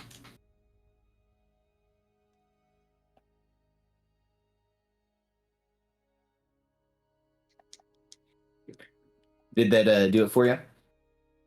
No, clicking on the journal doesn't list anything. Oh, it doesn't have Simple Calendar? No, there's nothing there. It says create journal entry, create folder, or search journal entries, but there's nothing to search through. Ah. Well, you might just have to refresh and see if it pops up if you're wanting it.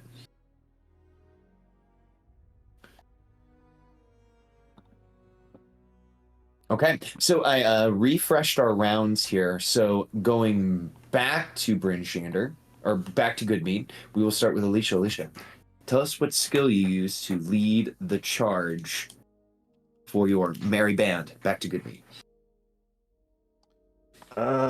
Same thing as before, looking out for trouble.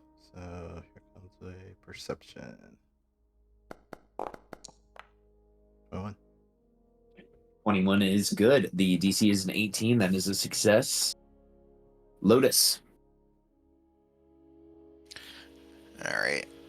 I want to keep my persuasion since I know I'm working off that misfortune token. I would say this time she's probably. Let me think for a second.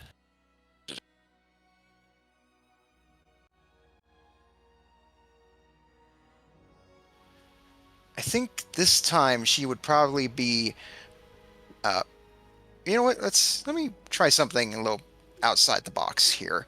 I'm going to do performance, and instead you'll see her busting out something that you hadn't heard Lotus do before, but she's singing an inspirational song, but not one that any of you recognize. It's this weird guttural sort of like growling sound that you remember from the similar to the dragons that you had spoken with before, and she's actually breaking out her traditional dragon-born throat singing.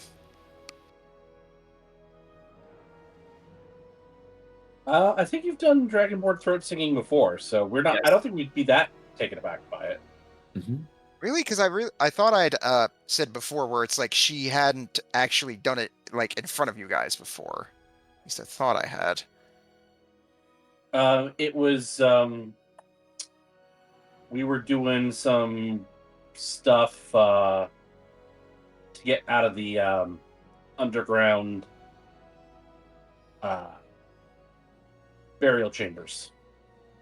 Oh yeah, that's right. That's right. Okay. All right. Well, yeah, but yeah, she's using the dragonborn throat sing as a way to sort of like motivate everybody and keep everyone going.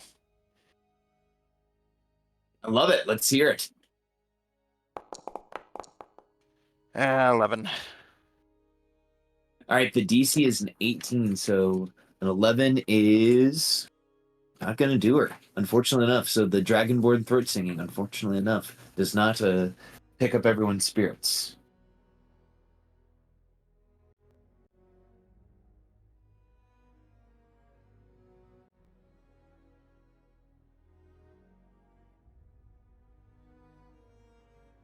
Hey, Gaiman, the throat singing that Lotus is bringing does not seem to bring you the vigor that she thought. How do you make this 1 hour journey as powerful and quick as possible? Gaiman will jump in with the sled dog team using athletics. He is now the captain. He will lead the sled dogs and mush with them. I love that. Give me, sorry, I should say that's athletics for sure. For sure. 18 is a success. Gaiman is pulling the. This is just such a funny image to me. Pulling the sled with the sled dogs.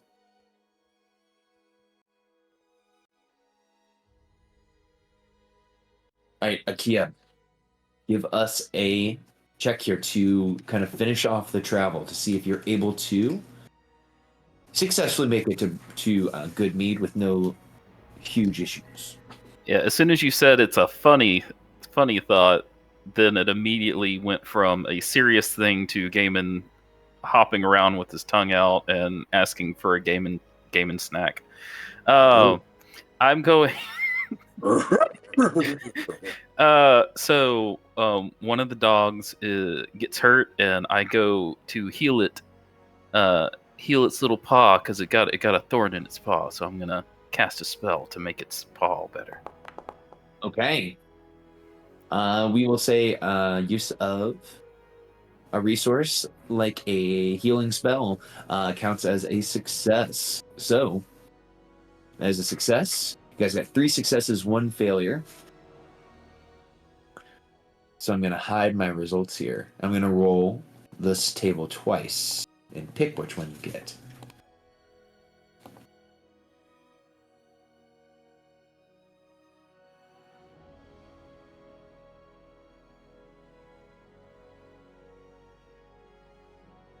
Okay, so because of the images that you have seen, the travel that you guys have had,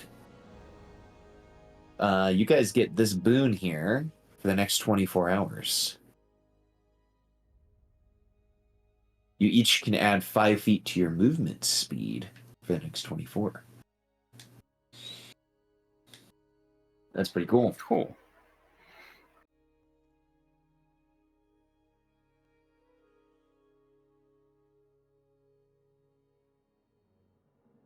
Okay, and you guys have made it back to Goodmead. The city remains relatively unchanged in the last few hours since you've left it. The teamers are still at the house of the bees, making sure that the prisoners are under control.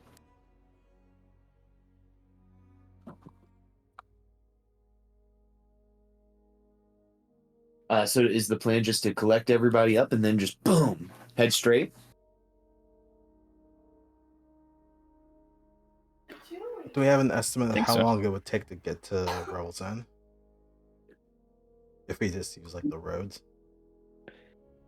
Yes. So Revel's End will end up being a complete 2-day journey from Goodmead to Revel's End, as it is roughly 50 miles away. Gotcha.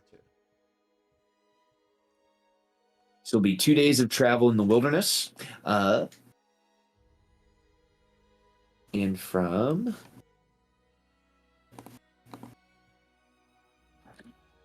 Goodmead to Tourmaline.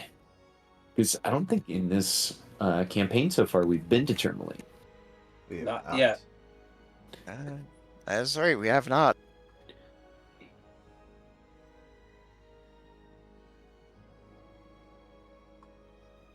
Okay, on the dog sled, no rest here because you guys have magic booties. It'll take 4 hours to get to Goodmead, from Goodmead to Tourmaline. Okay. We can definitely do that within the day. Yeah.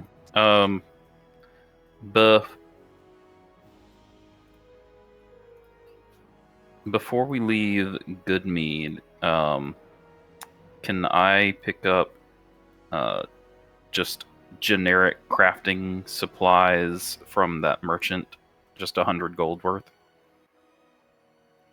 Absolutely. Stuff that would create stopgaps in any crafting stuff that you need to make if you guys pick up any more ingredients.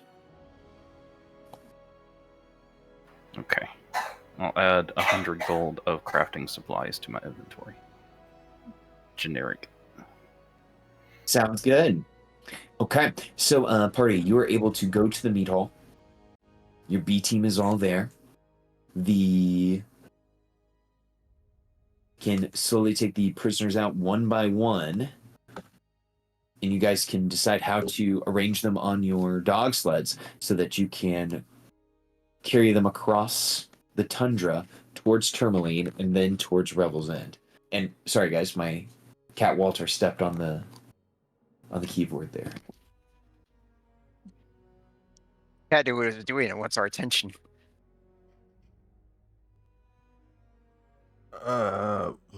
We don't really have space for the B team for this journey, do we?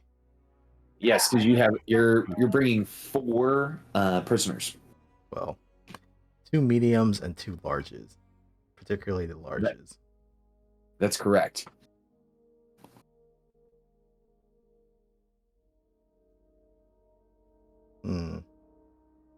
I guess we can separately ask them to.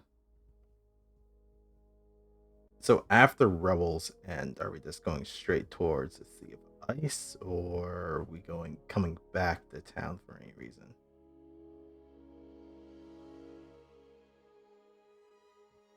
This is the question for the party.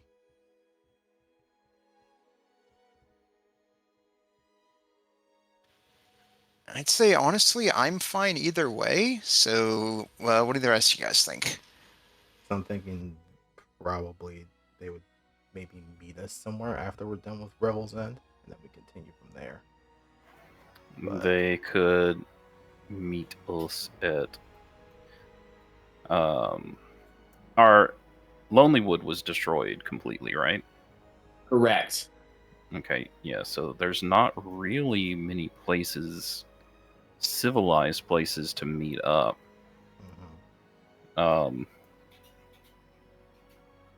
Targos is probably the least destroyed, most civilized place that we could meet back up.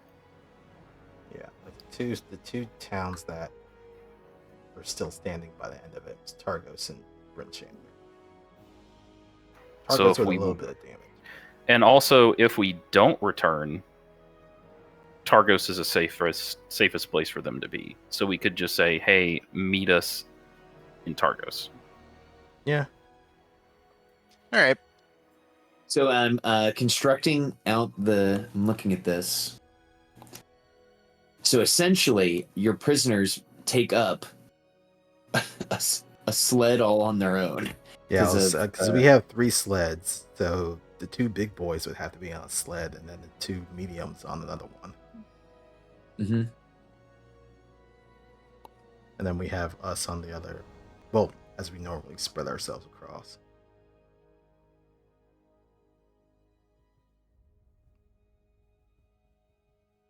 But yeah, that's what I figured, because with their bulk, we wouldn't be able to carry everyone else. Yeah. Well,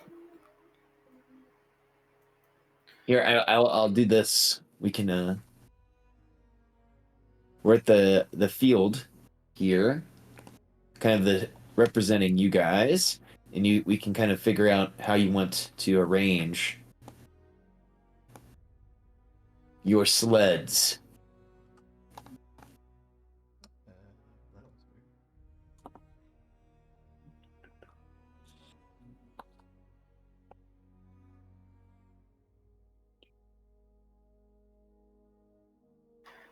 I think we need to separate the prisoners, at least these Intarm prisoners.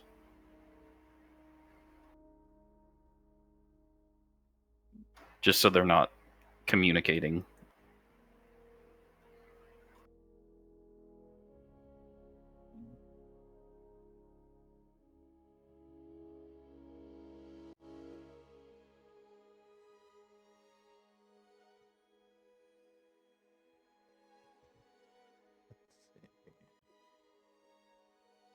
You guys So go through so much dog food in a month. Just think about this. You guys got so many doggies. it's a good thing we've got good berries then. That's true. We don't have good berries. You did, but now Red has Yeah. gone Yeah. somewhere. Yeah, we might actually need to start paying for dog food. Kiwi's going to relatively- volunteer to be on guard duty. And replace Separating one of the. hands. Well, yeah.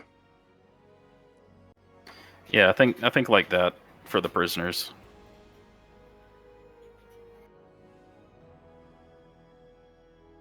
Actually, I We're think gonna kick I it don't on the know. I sled. don't know how I feel about the two giants next to each other. They should probably also be spread out as well. I'm less worried about the Verbeeg than I am the The Verbeeg, yeah. The ogre. Alicia will be in the one with the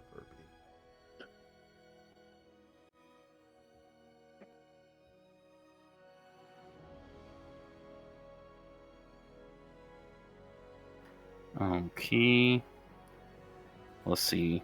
Lotus has got 2 prisoners.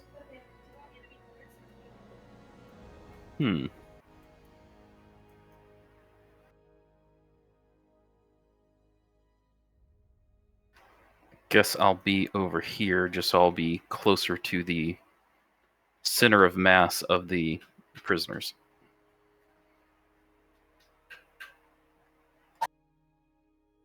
So jump either way if need be. There we go. So we have a few stops or spots for your companions, but for the most part, you can't bring everybody. So we'll call it that you guys could bring with you 3 of your B team members. Oh, I would pick Knobberknocker since we're going to try and stop at the Black Cabin, if time allows.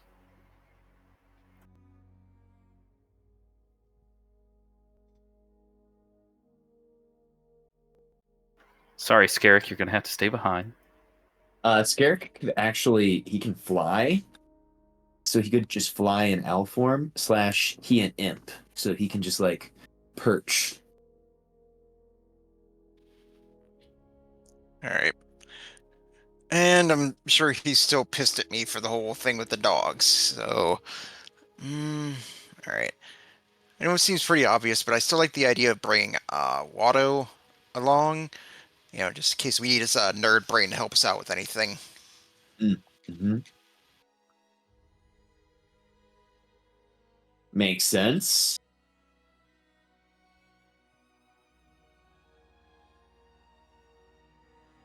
So far, Knobberknocker and Watto.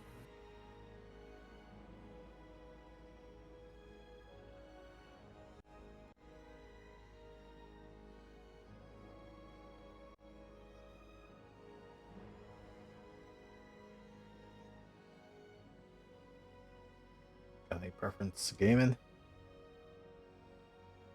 I mean, if you're good on your own, Alicia, I'm a little worried that Lotus may be taken advantage of. Do you want to swap places, Lotus? Yeah, sure.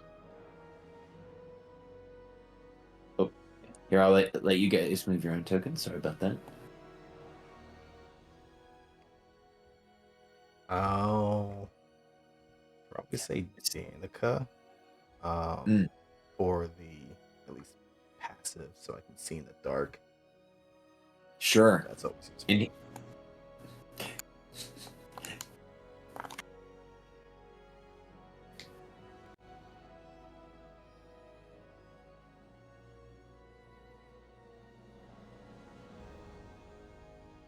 And All right. And we did have a copy of some of the stuff we discovered from that tower, right? As well as like what was translated onto Lotus's body. I should have that in treasure. Yeah, because I was wondering if in the meantime, since the Sonar isn't coming, if they could probably start work or continue working on some Netherese stuff. Mm-hmm. So I can put that here that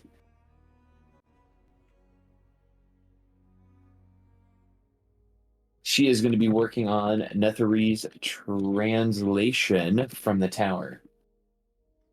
Yes, because Netherese magic has never done anything bad, has it?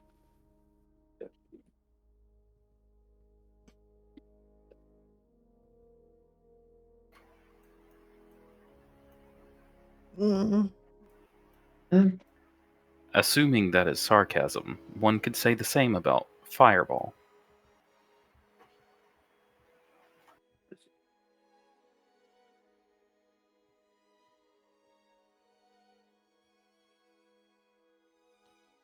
I guess overall one could say that for all types of magic, but I guess that's a larger discussion.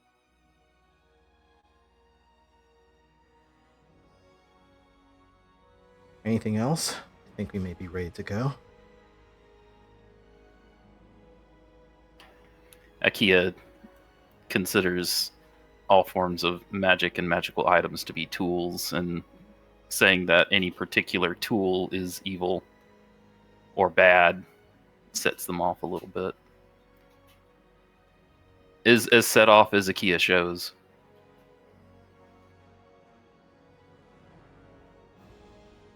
Yeah, I think we're ready. Okay. So then we need to take off towards Tourmaline. So I need to open this up real quick and get on my Tourmaline.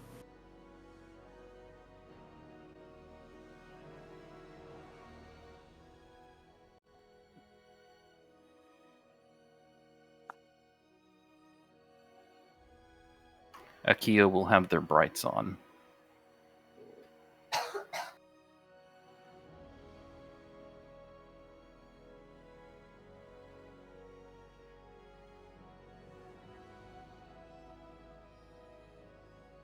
Okay, so the remaining members of the companions, just to confirm, you want them to meet you guys where and at what time? In Targos, and we're going to tell them that we'll be back in 4 days to a 10-day. I do tell them to, so it doesn't startle them, that I'll make sure to send them a text message when we're on our way back.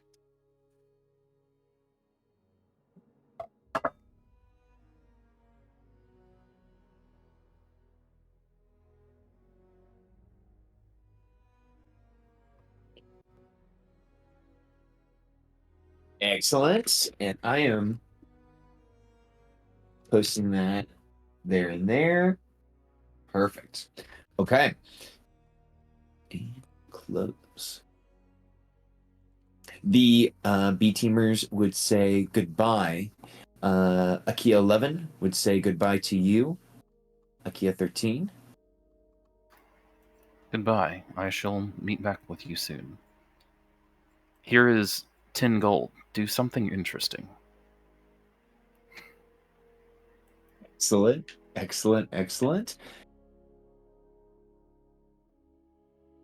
Gaiman, Icewind Dale would say goodbye to you all, but he would give you a heartfelt look before he says goodbye before you guys head out on this journey.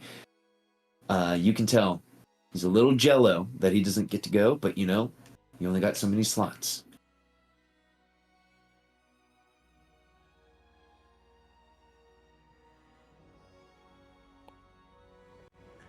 I ain't crying. I got snow in my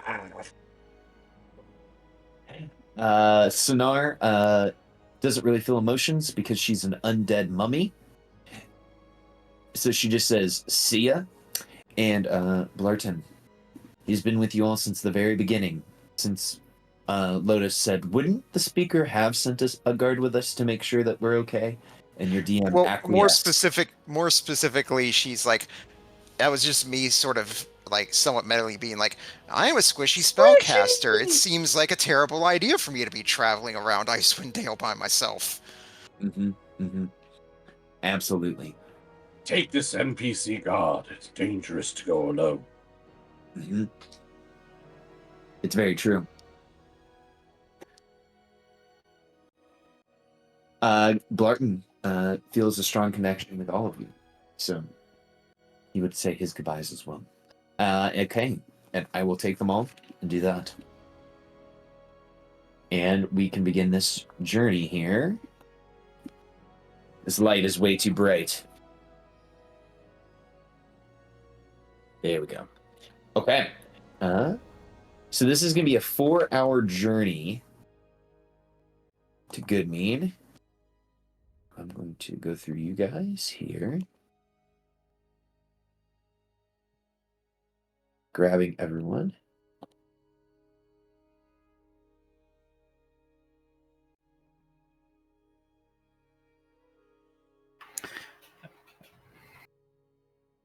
Okay, did you have something to say? I heard your breathing. Oh yeah, I was just gonna say, Akia, as we travel, whenever we stop to rest and stuff, Akia is working on just some small tools that they're forging. There we go.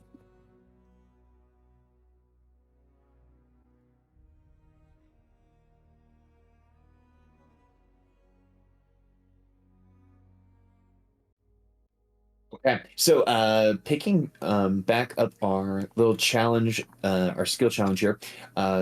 This is going to be a 4-hour travel. Success in the challenge, it's going to be represented by 3 rounds. We will need 12 successful checks, and that will net you guys a windfall roll. If we are way far below the necessary skill to beat here, you guys will end up with a hardship roll. And we will say if you guys are below that 12 number at the end, we'll say if you have 10 or less successful checks, we will have a hardship. So we will go ahead and get rolling here with Akia. Akia, so our skills are going to have a limiting returns here. This is DC 18. How do you start off this skill challenge on your way to Tourmaline? I'm gonna say that the sleds with the giants in them weren't quite made for giants, and Akia is going to use a tinkerer's tool check to reinforce those sleds.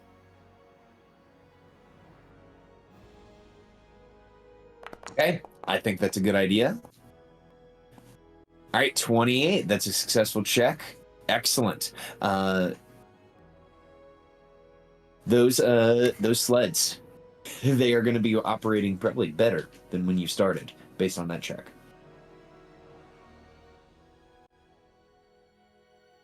Okay. Thank you, Akia. Alicia, once again, limiting returns here on skills for all rounds of this challenge. Tell us, what does Alicia do to assist in first round here? Oh, first round. It ain't broke. Don't fix it. I love it. All right, that is a successful perception check. That is 2 of the 12 that you guys need. We will move forward to Gaiman. Gaiman, first leg of the travel here. How are you successfully trying to aid the party here?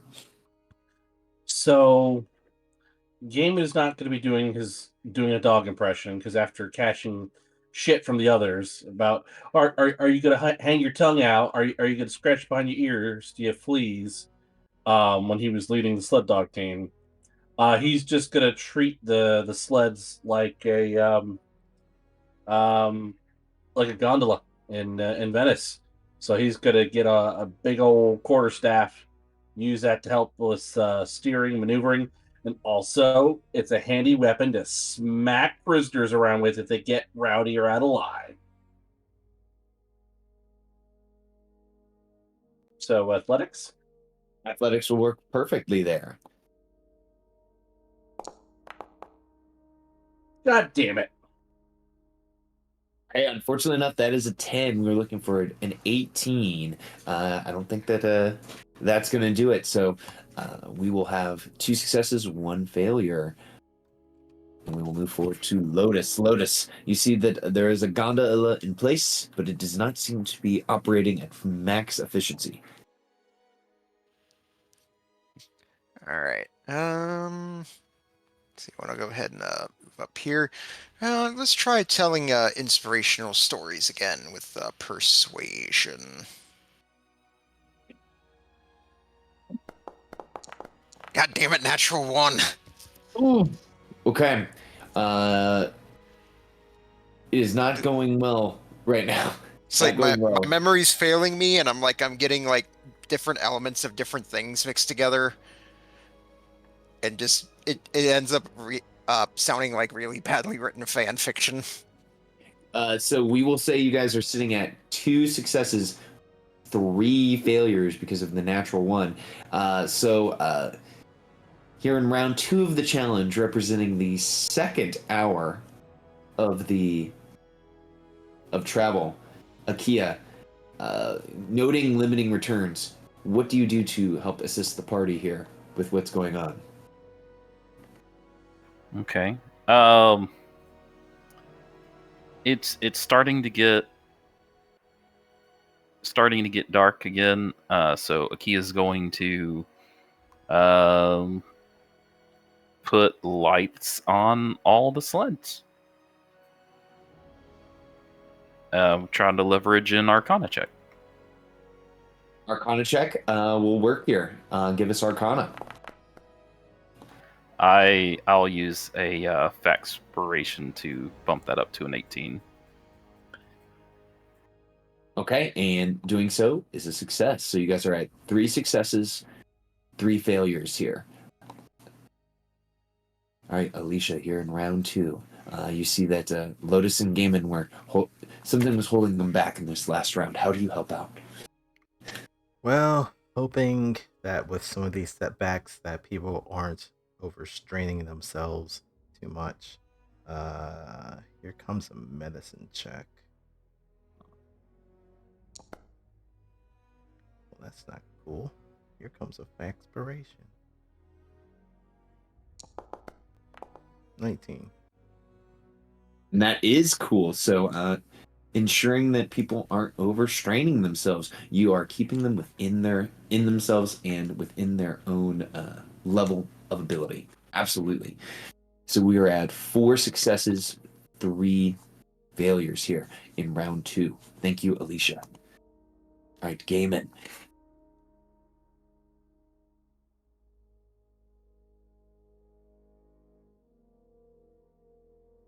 I'm thinking. I was Take your really time. hoping that I was really hoping that that gondola trick was going to work, and part of me is like, maybe I could abuse my position and like prisoners get out and push or mush with the dogs, but I feel that's just going to cause more problems than solve. Um,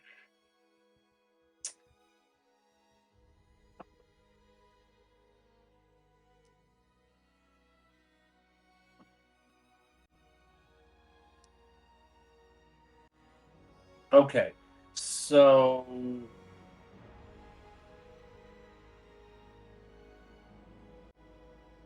instead of using athletics, I'm going to use my next highest ability and use acrobatics. And so it's going to be a group effort on my part with the prisoners in terms of weight management of on the sled. So like getting out some rope and kind of like making some improvised tie downs or lashings or whatever. And so we're gonna like adjust weight as need be and like leaning into the turn, doing a little bit of drifting, some Tokyo drifting, Fast and Furious Tokyo drifting to try and like maneuver this sled better. I really like that idea, and I think that sounds like another funny image, equaling Gaiman doing a dog roleplay. So give us acrobatics check. God damn it! Fuck it. I'm gonna burn my last expiration. This is getting annoying. Mhm. I will succeed at a cost. God damn it! Okay, this will be moving us up from a 16 to a 19, and not in initiative.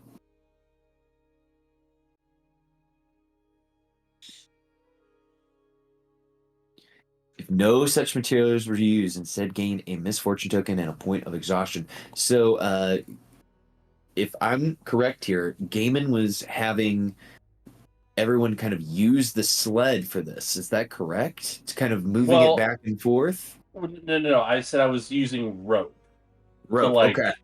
to manipulate the sled and using our combined weights. Okay. So, it's successful, but somehow during the travel, the rope snaps. So we will have to be down one rope at the end of this travel. We're just some big rowdy boys. We break the rope at the end of our Tokyo drifting. You just push rope at the end of Tokyo Drift. I know exactly how that feels. Since Kia can repair a rope, but just a Remoraz will just jump up, eat the rope, and just go off, and we're like, that was weird. Absolutely. Well, it's a good thing I've got two 50-foot lengths of hemp rope, so I've deleted one off my sheet. There we go. Okay, so that should push you guys to. Is that 5 successes, 3 failures? I think it's 5 successes, 3 failures. Okay. All right, Lotus. Here in round 2.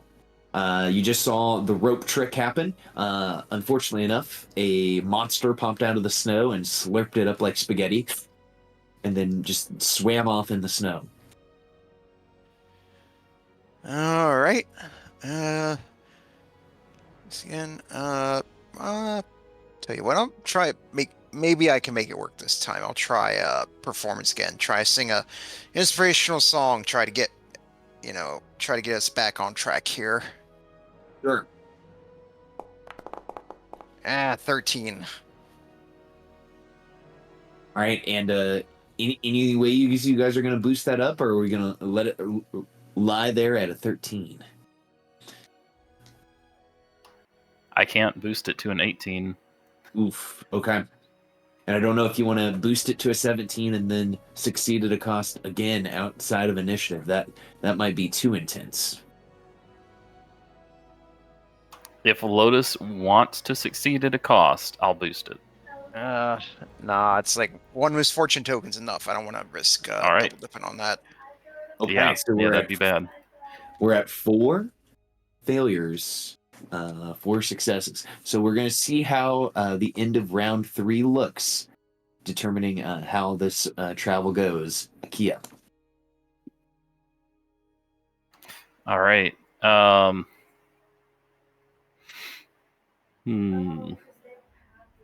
Akia is going to remember a small cache of sealed dried food that they once found, and they're going to try and remember the way to where it was. Since they didn't eat, they didn't take any. And I'm going to leverage a history check. All right, history hasn't been used yet in this challenge. That is a successful history check.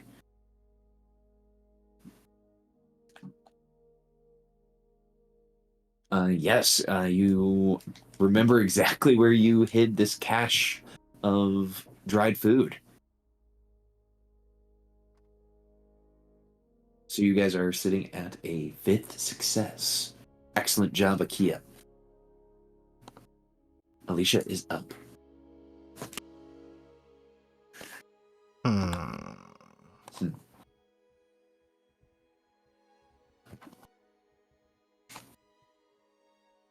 History just used. Well, if there's any chance to bullshit something, here it is. Alicia will try and recite a passage from the teachings of the Morning Lord. More or less something along the lines of following the path that is illuminated by the light of the dawn and stuff like that. Can I bullshit that into being a religion check? Absolutely. And I feel like that would fit perfectly as a religion check because you're using it to recall religious lore. Yeah, I was debating if that would be like religion or history or performance. Okay. 21. 21. Well, they should have just been nailing this challenge. That is good. Those passages of the Morning Lord and their effects positively affect the party. All right, Gaiman. This is going to be the final round of challenge for Gaiman. What does he do?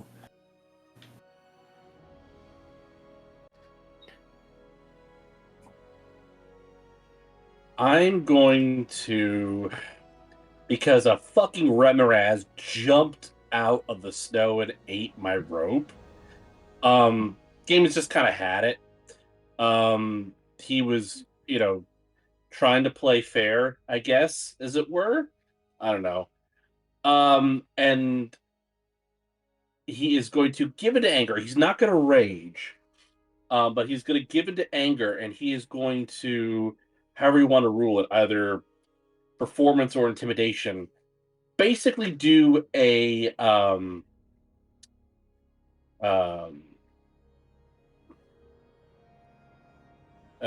Goliath equivalent of a haka.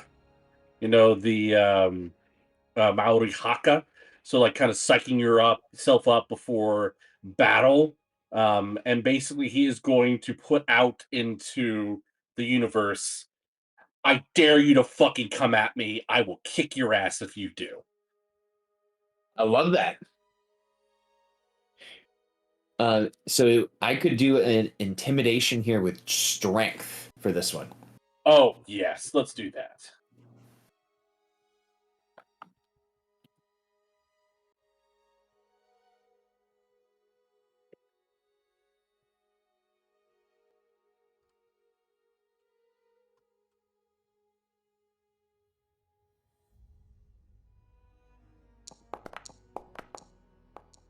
Nailed it. That's an 18, and that is perfect. The haka was completed. And any Rimaraz that are going to come and try to eat your guys' rope are coming back.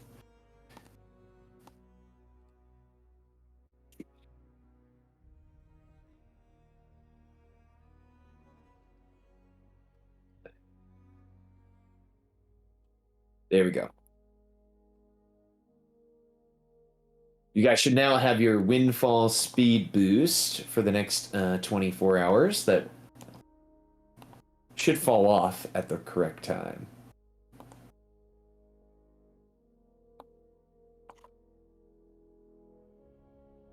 Okay, last but not least, Lotus, you're the last check here for this skill challenge.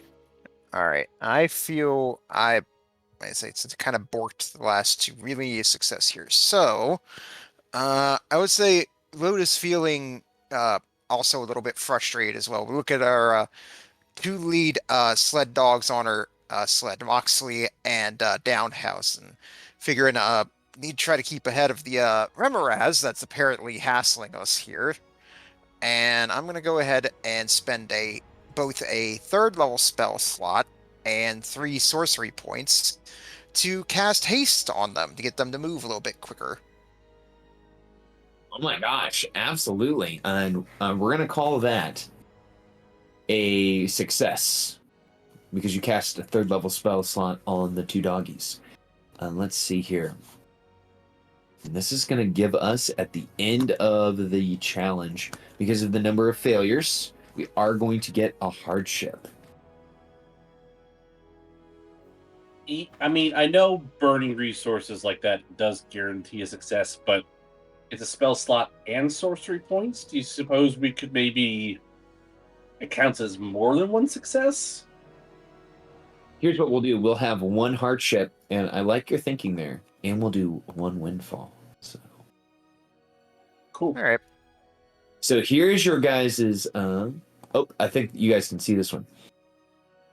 Each party can roll a hit die without expending a use. They should then add an amount of temporary hit points equal to the result of that hit die. Is it just the die or also the con mod? It should be the die and the con mod. Okay.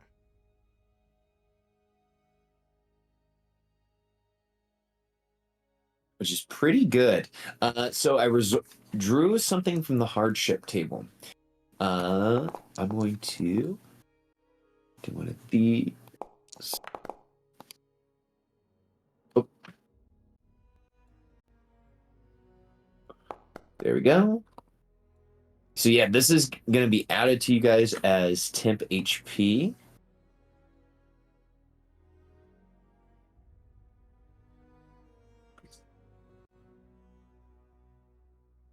You stumble upon, as you are traveling towards Tourmaline in this 3 hours,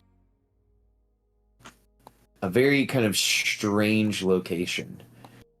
It appears to be a type of moor that you believe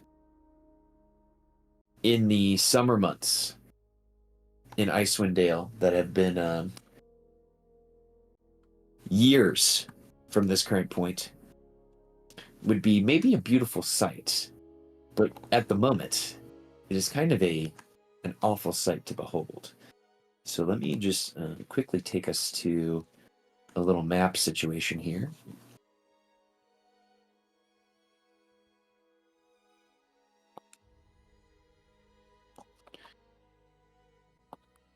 In just one moment as I readjust everyone's tokens.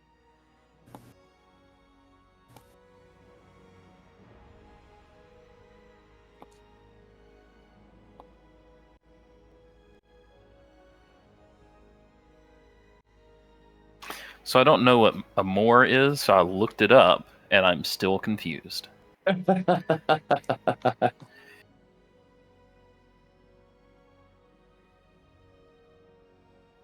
What about it is confusing? It's like low-growing vegetation on acidic soil. I'm like, what? A what? Not a got nice the- place. I got the definition of tract of open, uncultivated upland.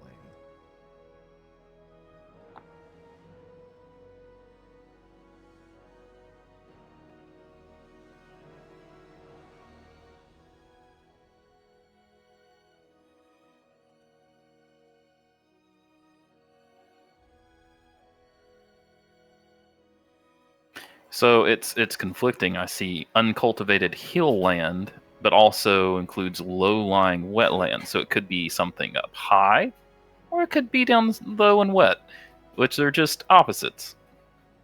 Well, it's all gonna be wet because the moors are like notably of the north of England, Scotland.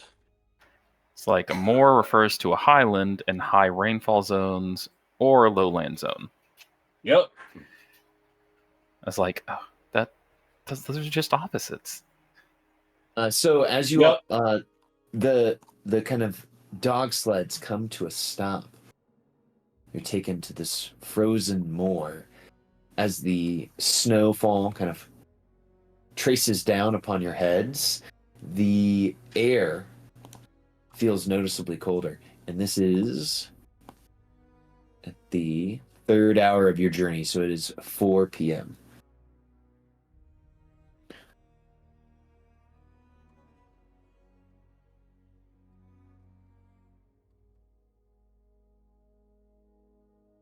The dogs seem frozen in place, as if there's something stopping them from pushing forward.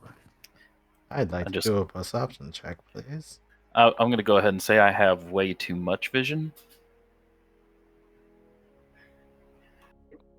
You have way too much.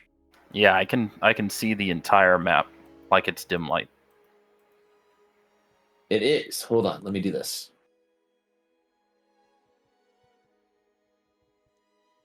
There we go.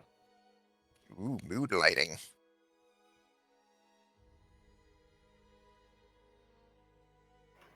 Hop out front. Hop out front. Absolutely. The B teamers kind of like stick by the dogs. You begin to hear a low whistling sound as you guys move out into the darkness. Damon's going to get out his Remoraz whip, and he's going to whisper the activation phrase, in fuego. And before he gets too far away from the sled, he's going to turn back to his charges and say, "Either one of you fuckers try and make a run for it, I will hunt your asses down, and that'll just be the end of it. Sit tight. Don't fucking move."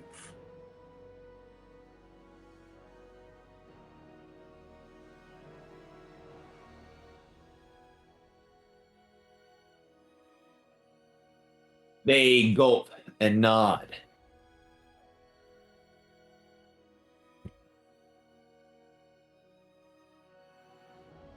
And Alicia, you were asking to make a perception check. You can give me a perception check. All right.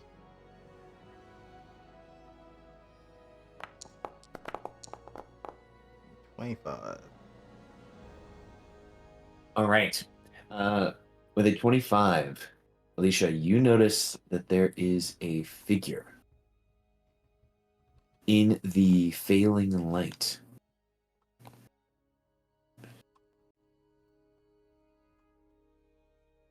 The figure's form appears ghostly.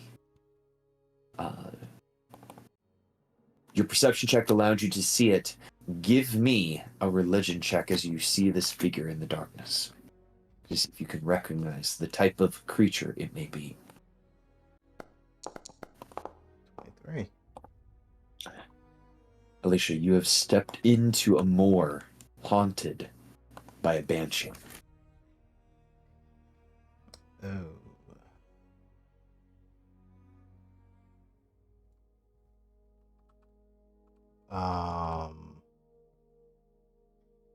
Alicia is going to motion for the others to come over to towards the center sled.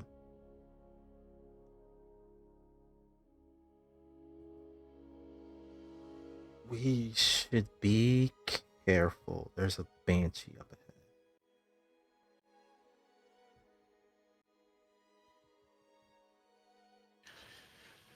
Lewis thinks for a moment, remembering vague folk tales from back home about that. Wait, banshee, those, and she whispers you, those things that like yell really loudly? To confirm, with my check, would I pretty much have like a good chunk of like monster manual information? Now that the banshee has appeared, go ahead and target the banshee and then give me a monster research check. Oh, I see. Scouter? Wait, I need to select my token. Alicia, what does the scouter say? What? 9,000? No. Wait, why? What? 9,000? There's no way. Wait, hold on there. I think your scouter might be upside down. It's actually only 1,006. I'm gonna drag another one on myself here because something seems to be funky with my token. Okay. And target banshee. It's so bright. Mm-hmm. Something's not working right. Let me just do this. Wow, that is a huge success. 25. So, Alicia, you know several things about banshees. Number one, the Banshee has a power known as a Banshee Whale, that if you are unable to harden yourself against it, it can literally drop you to 0 hit points if you fail the saving throw. You also know Banshees have the ability to detect heartbeats. So, trying to hide behind mundane means are useless, as they can hear your very heart beating itself. They are also able to move through objects and see into the ethereal plane. Oh yeah, Alicia will relay that to the party. Should we ask her to move 10 feet to the right so that we may pass? It may not be that simple. If I recall, banshees are usually spirits of those who have intense regrets. Many spirits usually do, but banshees in particular, they can be quite nasty. Should we advance towards the spirit, or perhaps return to Brinchander? Try again another day. That's what the spirit looks like, by the way, everyone. Fantastic hair. Pantene.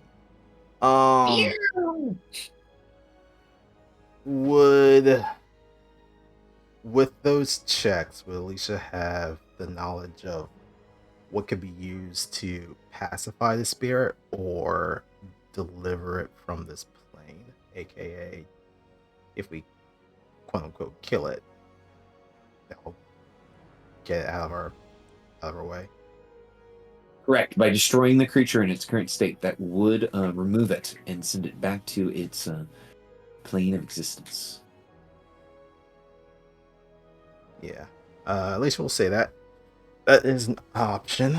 But like I said, they are dangerous creatures. Their whales are quite powerful, so definitely be prepared.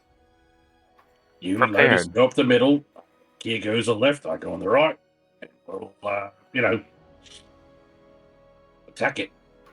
I shall prepare. Akio will activate their Frost Giant totem. So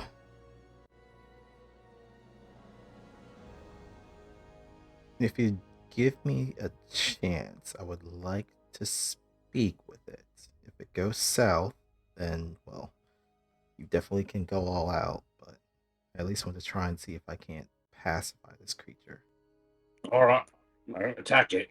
But I'm going to start ambling in to get into position. All right. I'll sort of follow up, not directly, but a close distance behind Gaiman.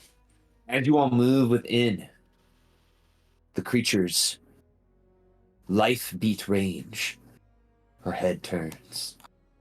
I hear the life beat of creatures, of the living. Who has stumbled into my moor, and who wishes to join me in death? We are nothing more than humble travelers seeking to pass by this area. And Alicia has their hands up at the moment.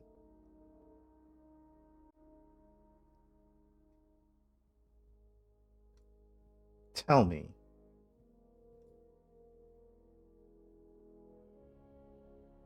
is there a reason you still remain here on the material?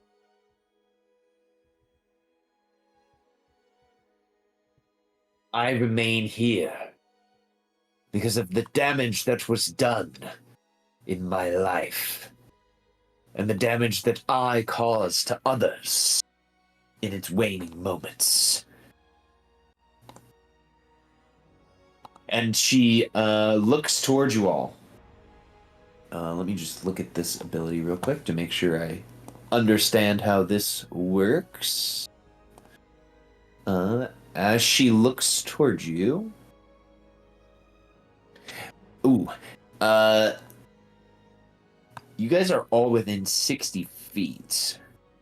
As you are staring upon the Banshee, can I get each of you to give me a wisdom saving throw based on her horrifying visage? Here, and I will pop that up here into chat so you guys have a reference to roll off of. This is... All right, as you guys move within 60 feet, you see her horrifying visage.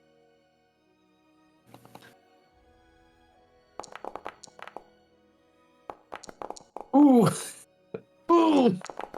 I'm going to burn my last demon inspiration to roll with advantage. Absolutely. I'm gonna burn my fact spell. Absolutely. Okay. Alicia, like Eminem, is not afraid.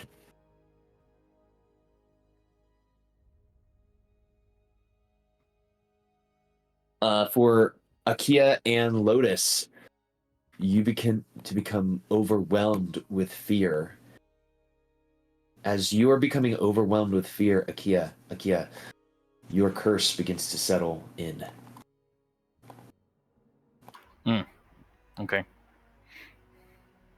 Oh my gosh, and this is a fear 4 as you become gripped by this.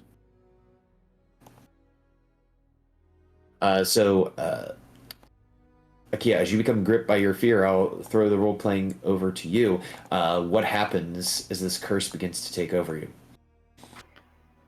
Well, Akia's eyes instantly go red, and they begin shaking, and the rime is covering their body once again, just cracking and icing and covering as they appear to freeze in place with red glowing eyes.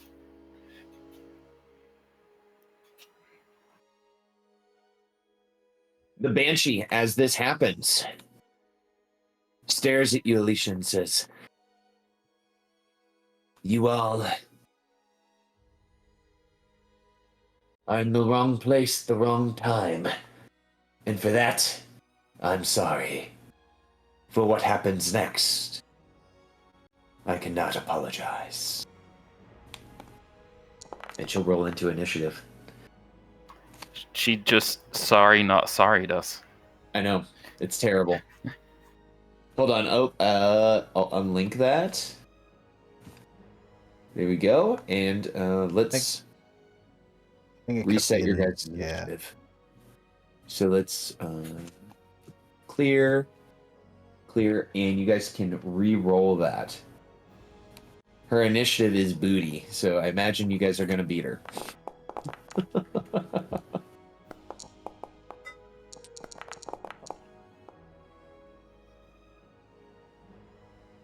Okay, so you guys definitely beat her, but you definitely hear some bloop, bloop, bloop, bloop, bloops.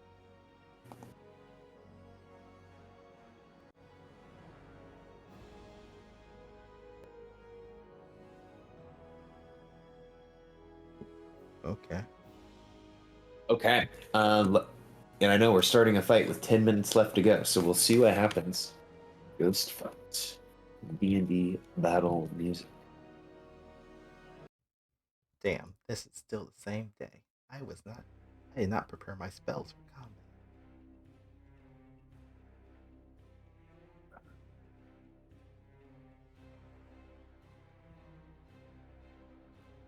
All right, and the Banshee. We'll have to wait, because Gaiman is up first here in this battle. Good thing I've got a reach weapon prepared. All right, bonus action. Ready.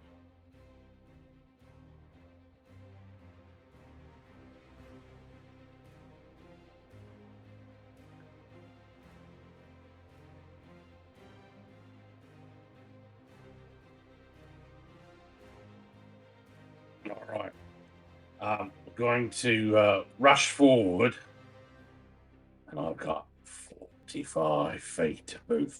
Yeah. I'm gonna, not use all of it because I got a reach weapon. And as I'm thundering forward, raging, I'm gonna bellow out, "I'm gonna whip your ass, girlie!" And we're going to recklessly attack her with the Rebaraz whip. I love that. A 20 indeed hits this creature.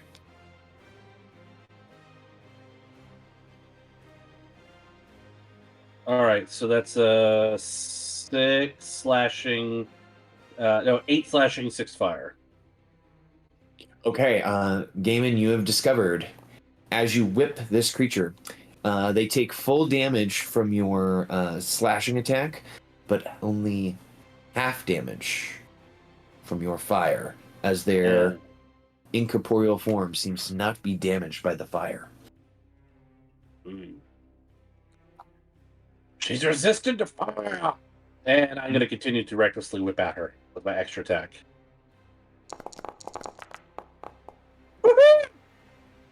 That is a crit. Which indeed hits the creature.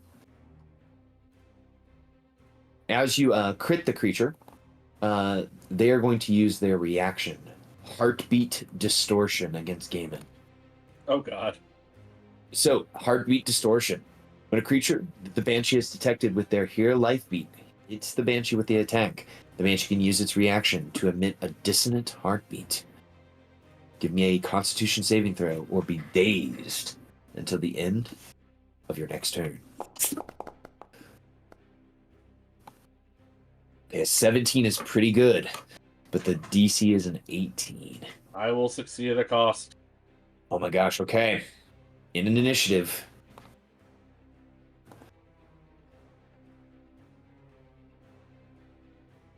God punishes you. Auril herself comes down to pick out one of your inspos. I mean, I don't have any DM inspiration or faxpiration to spare. Oh, okay. I use it all. That's true. This has been a very, not only roleplay heavy session, but kind of a rolling heavy session as well. So we've got Baned and Confused. All right. Well, that's the end of my turn. Which luckily I'm enough means you can make the saving throws. Yep. So I want to do. Well, I want to try and shake the Bane first, so I'm gonna make it charisma. Mm-hmm.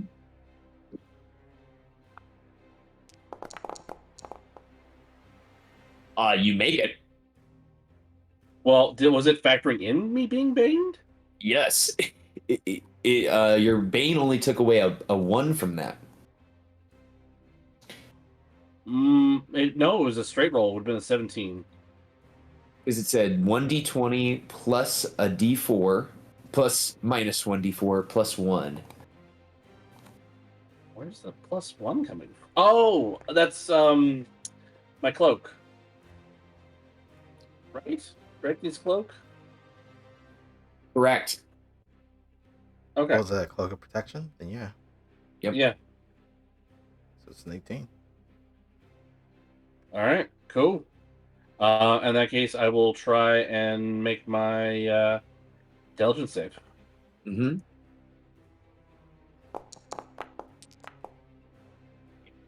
Okay, in this one, because I believe it's 10 plus APL for the save, you're 3 under.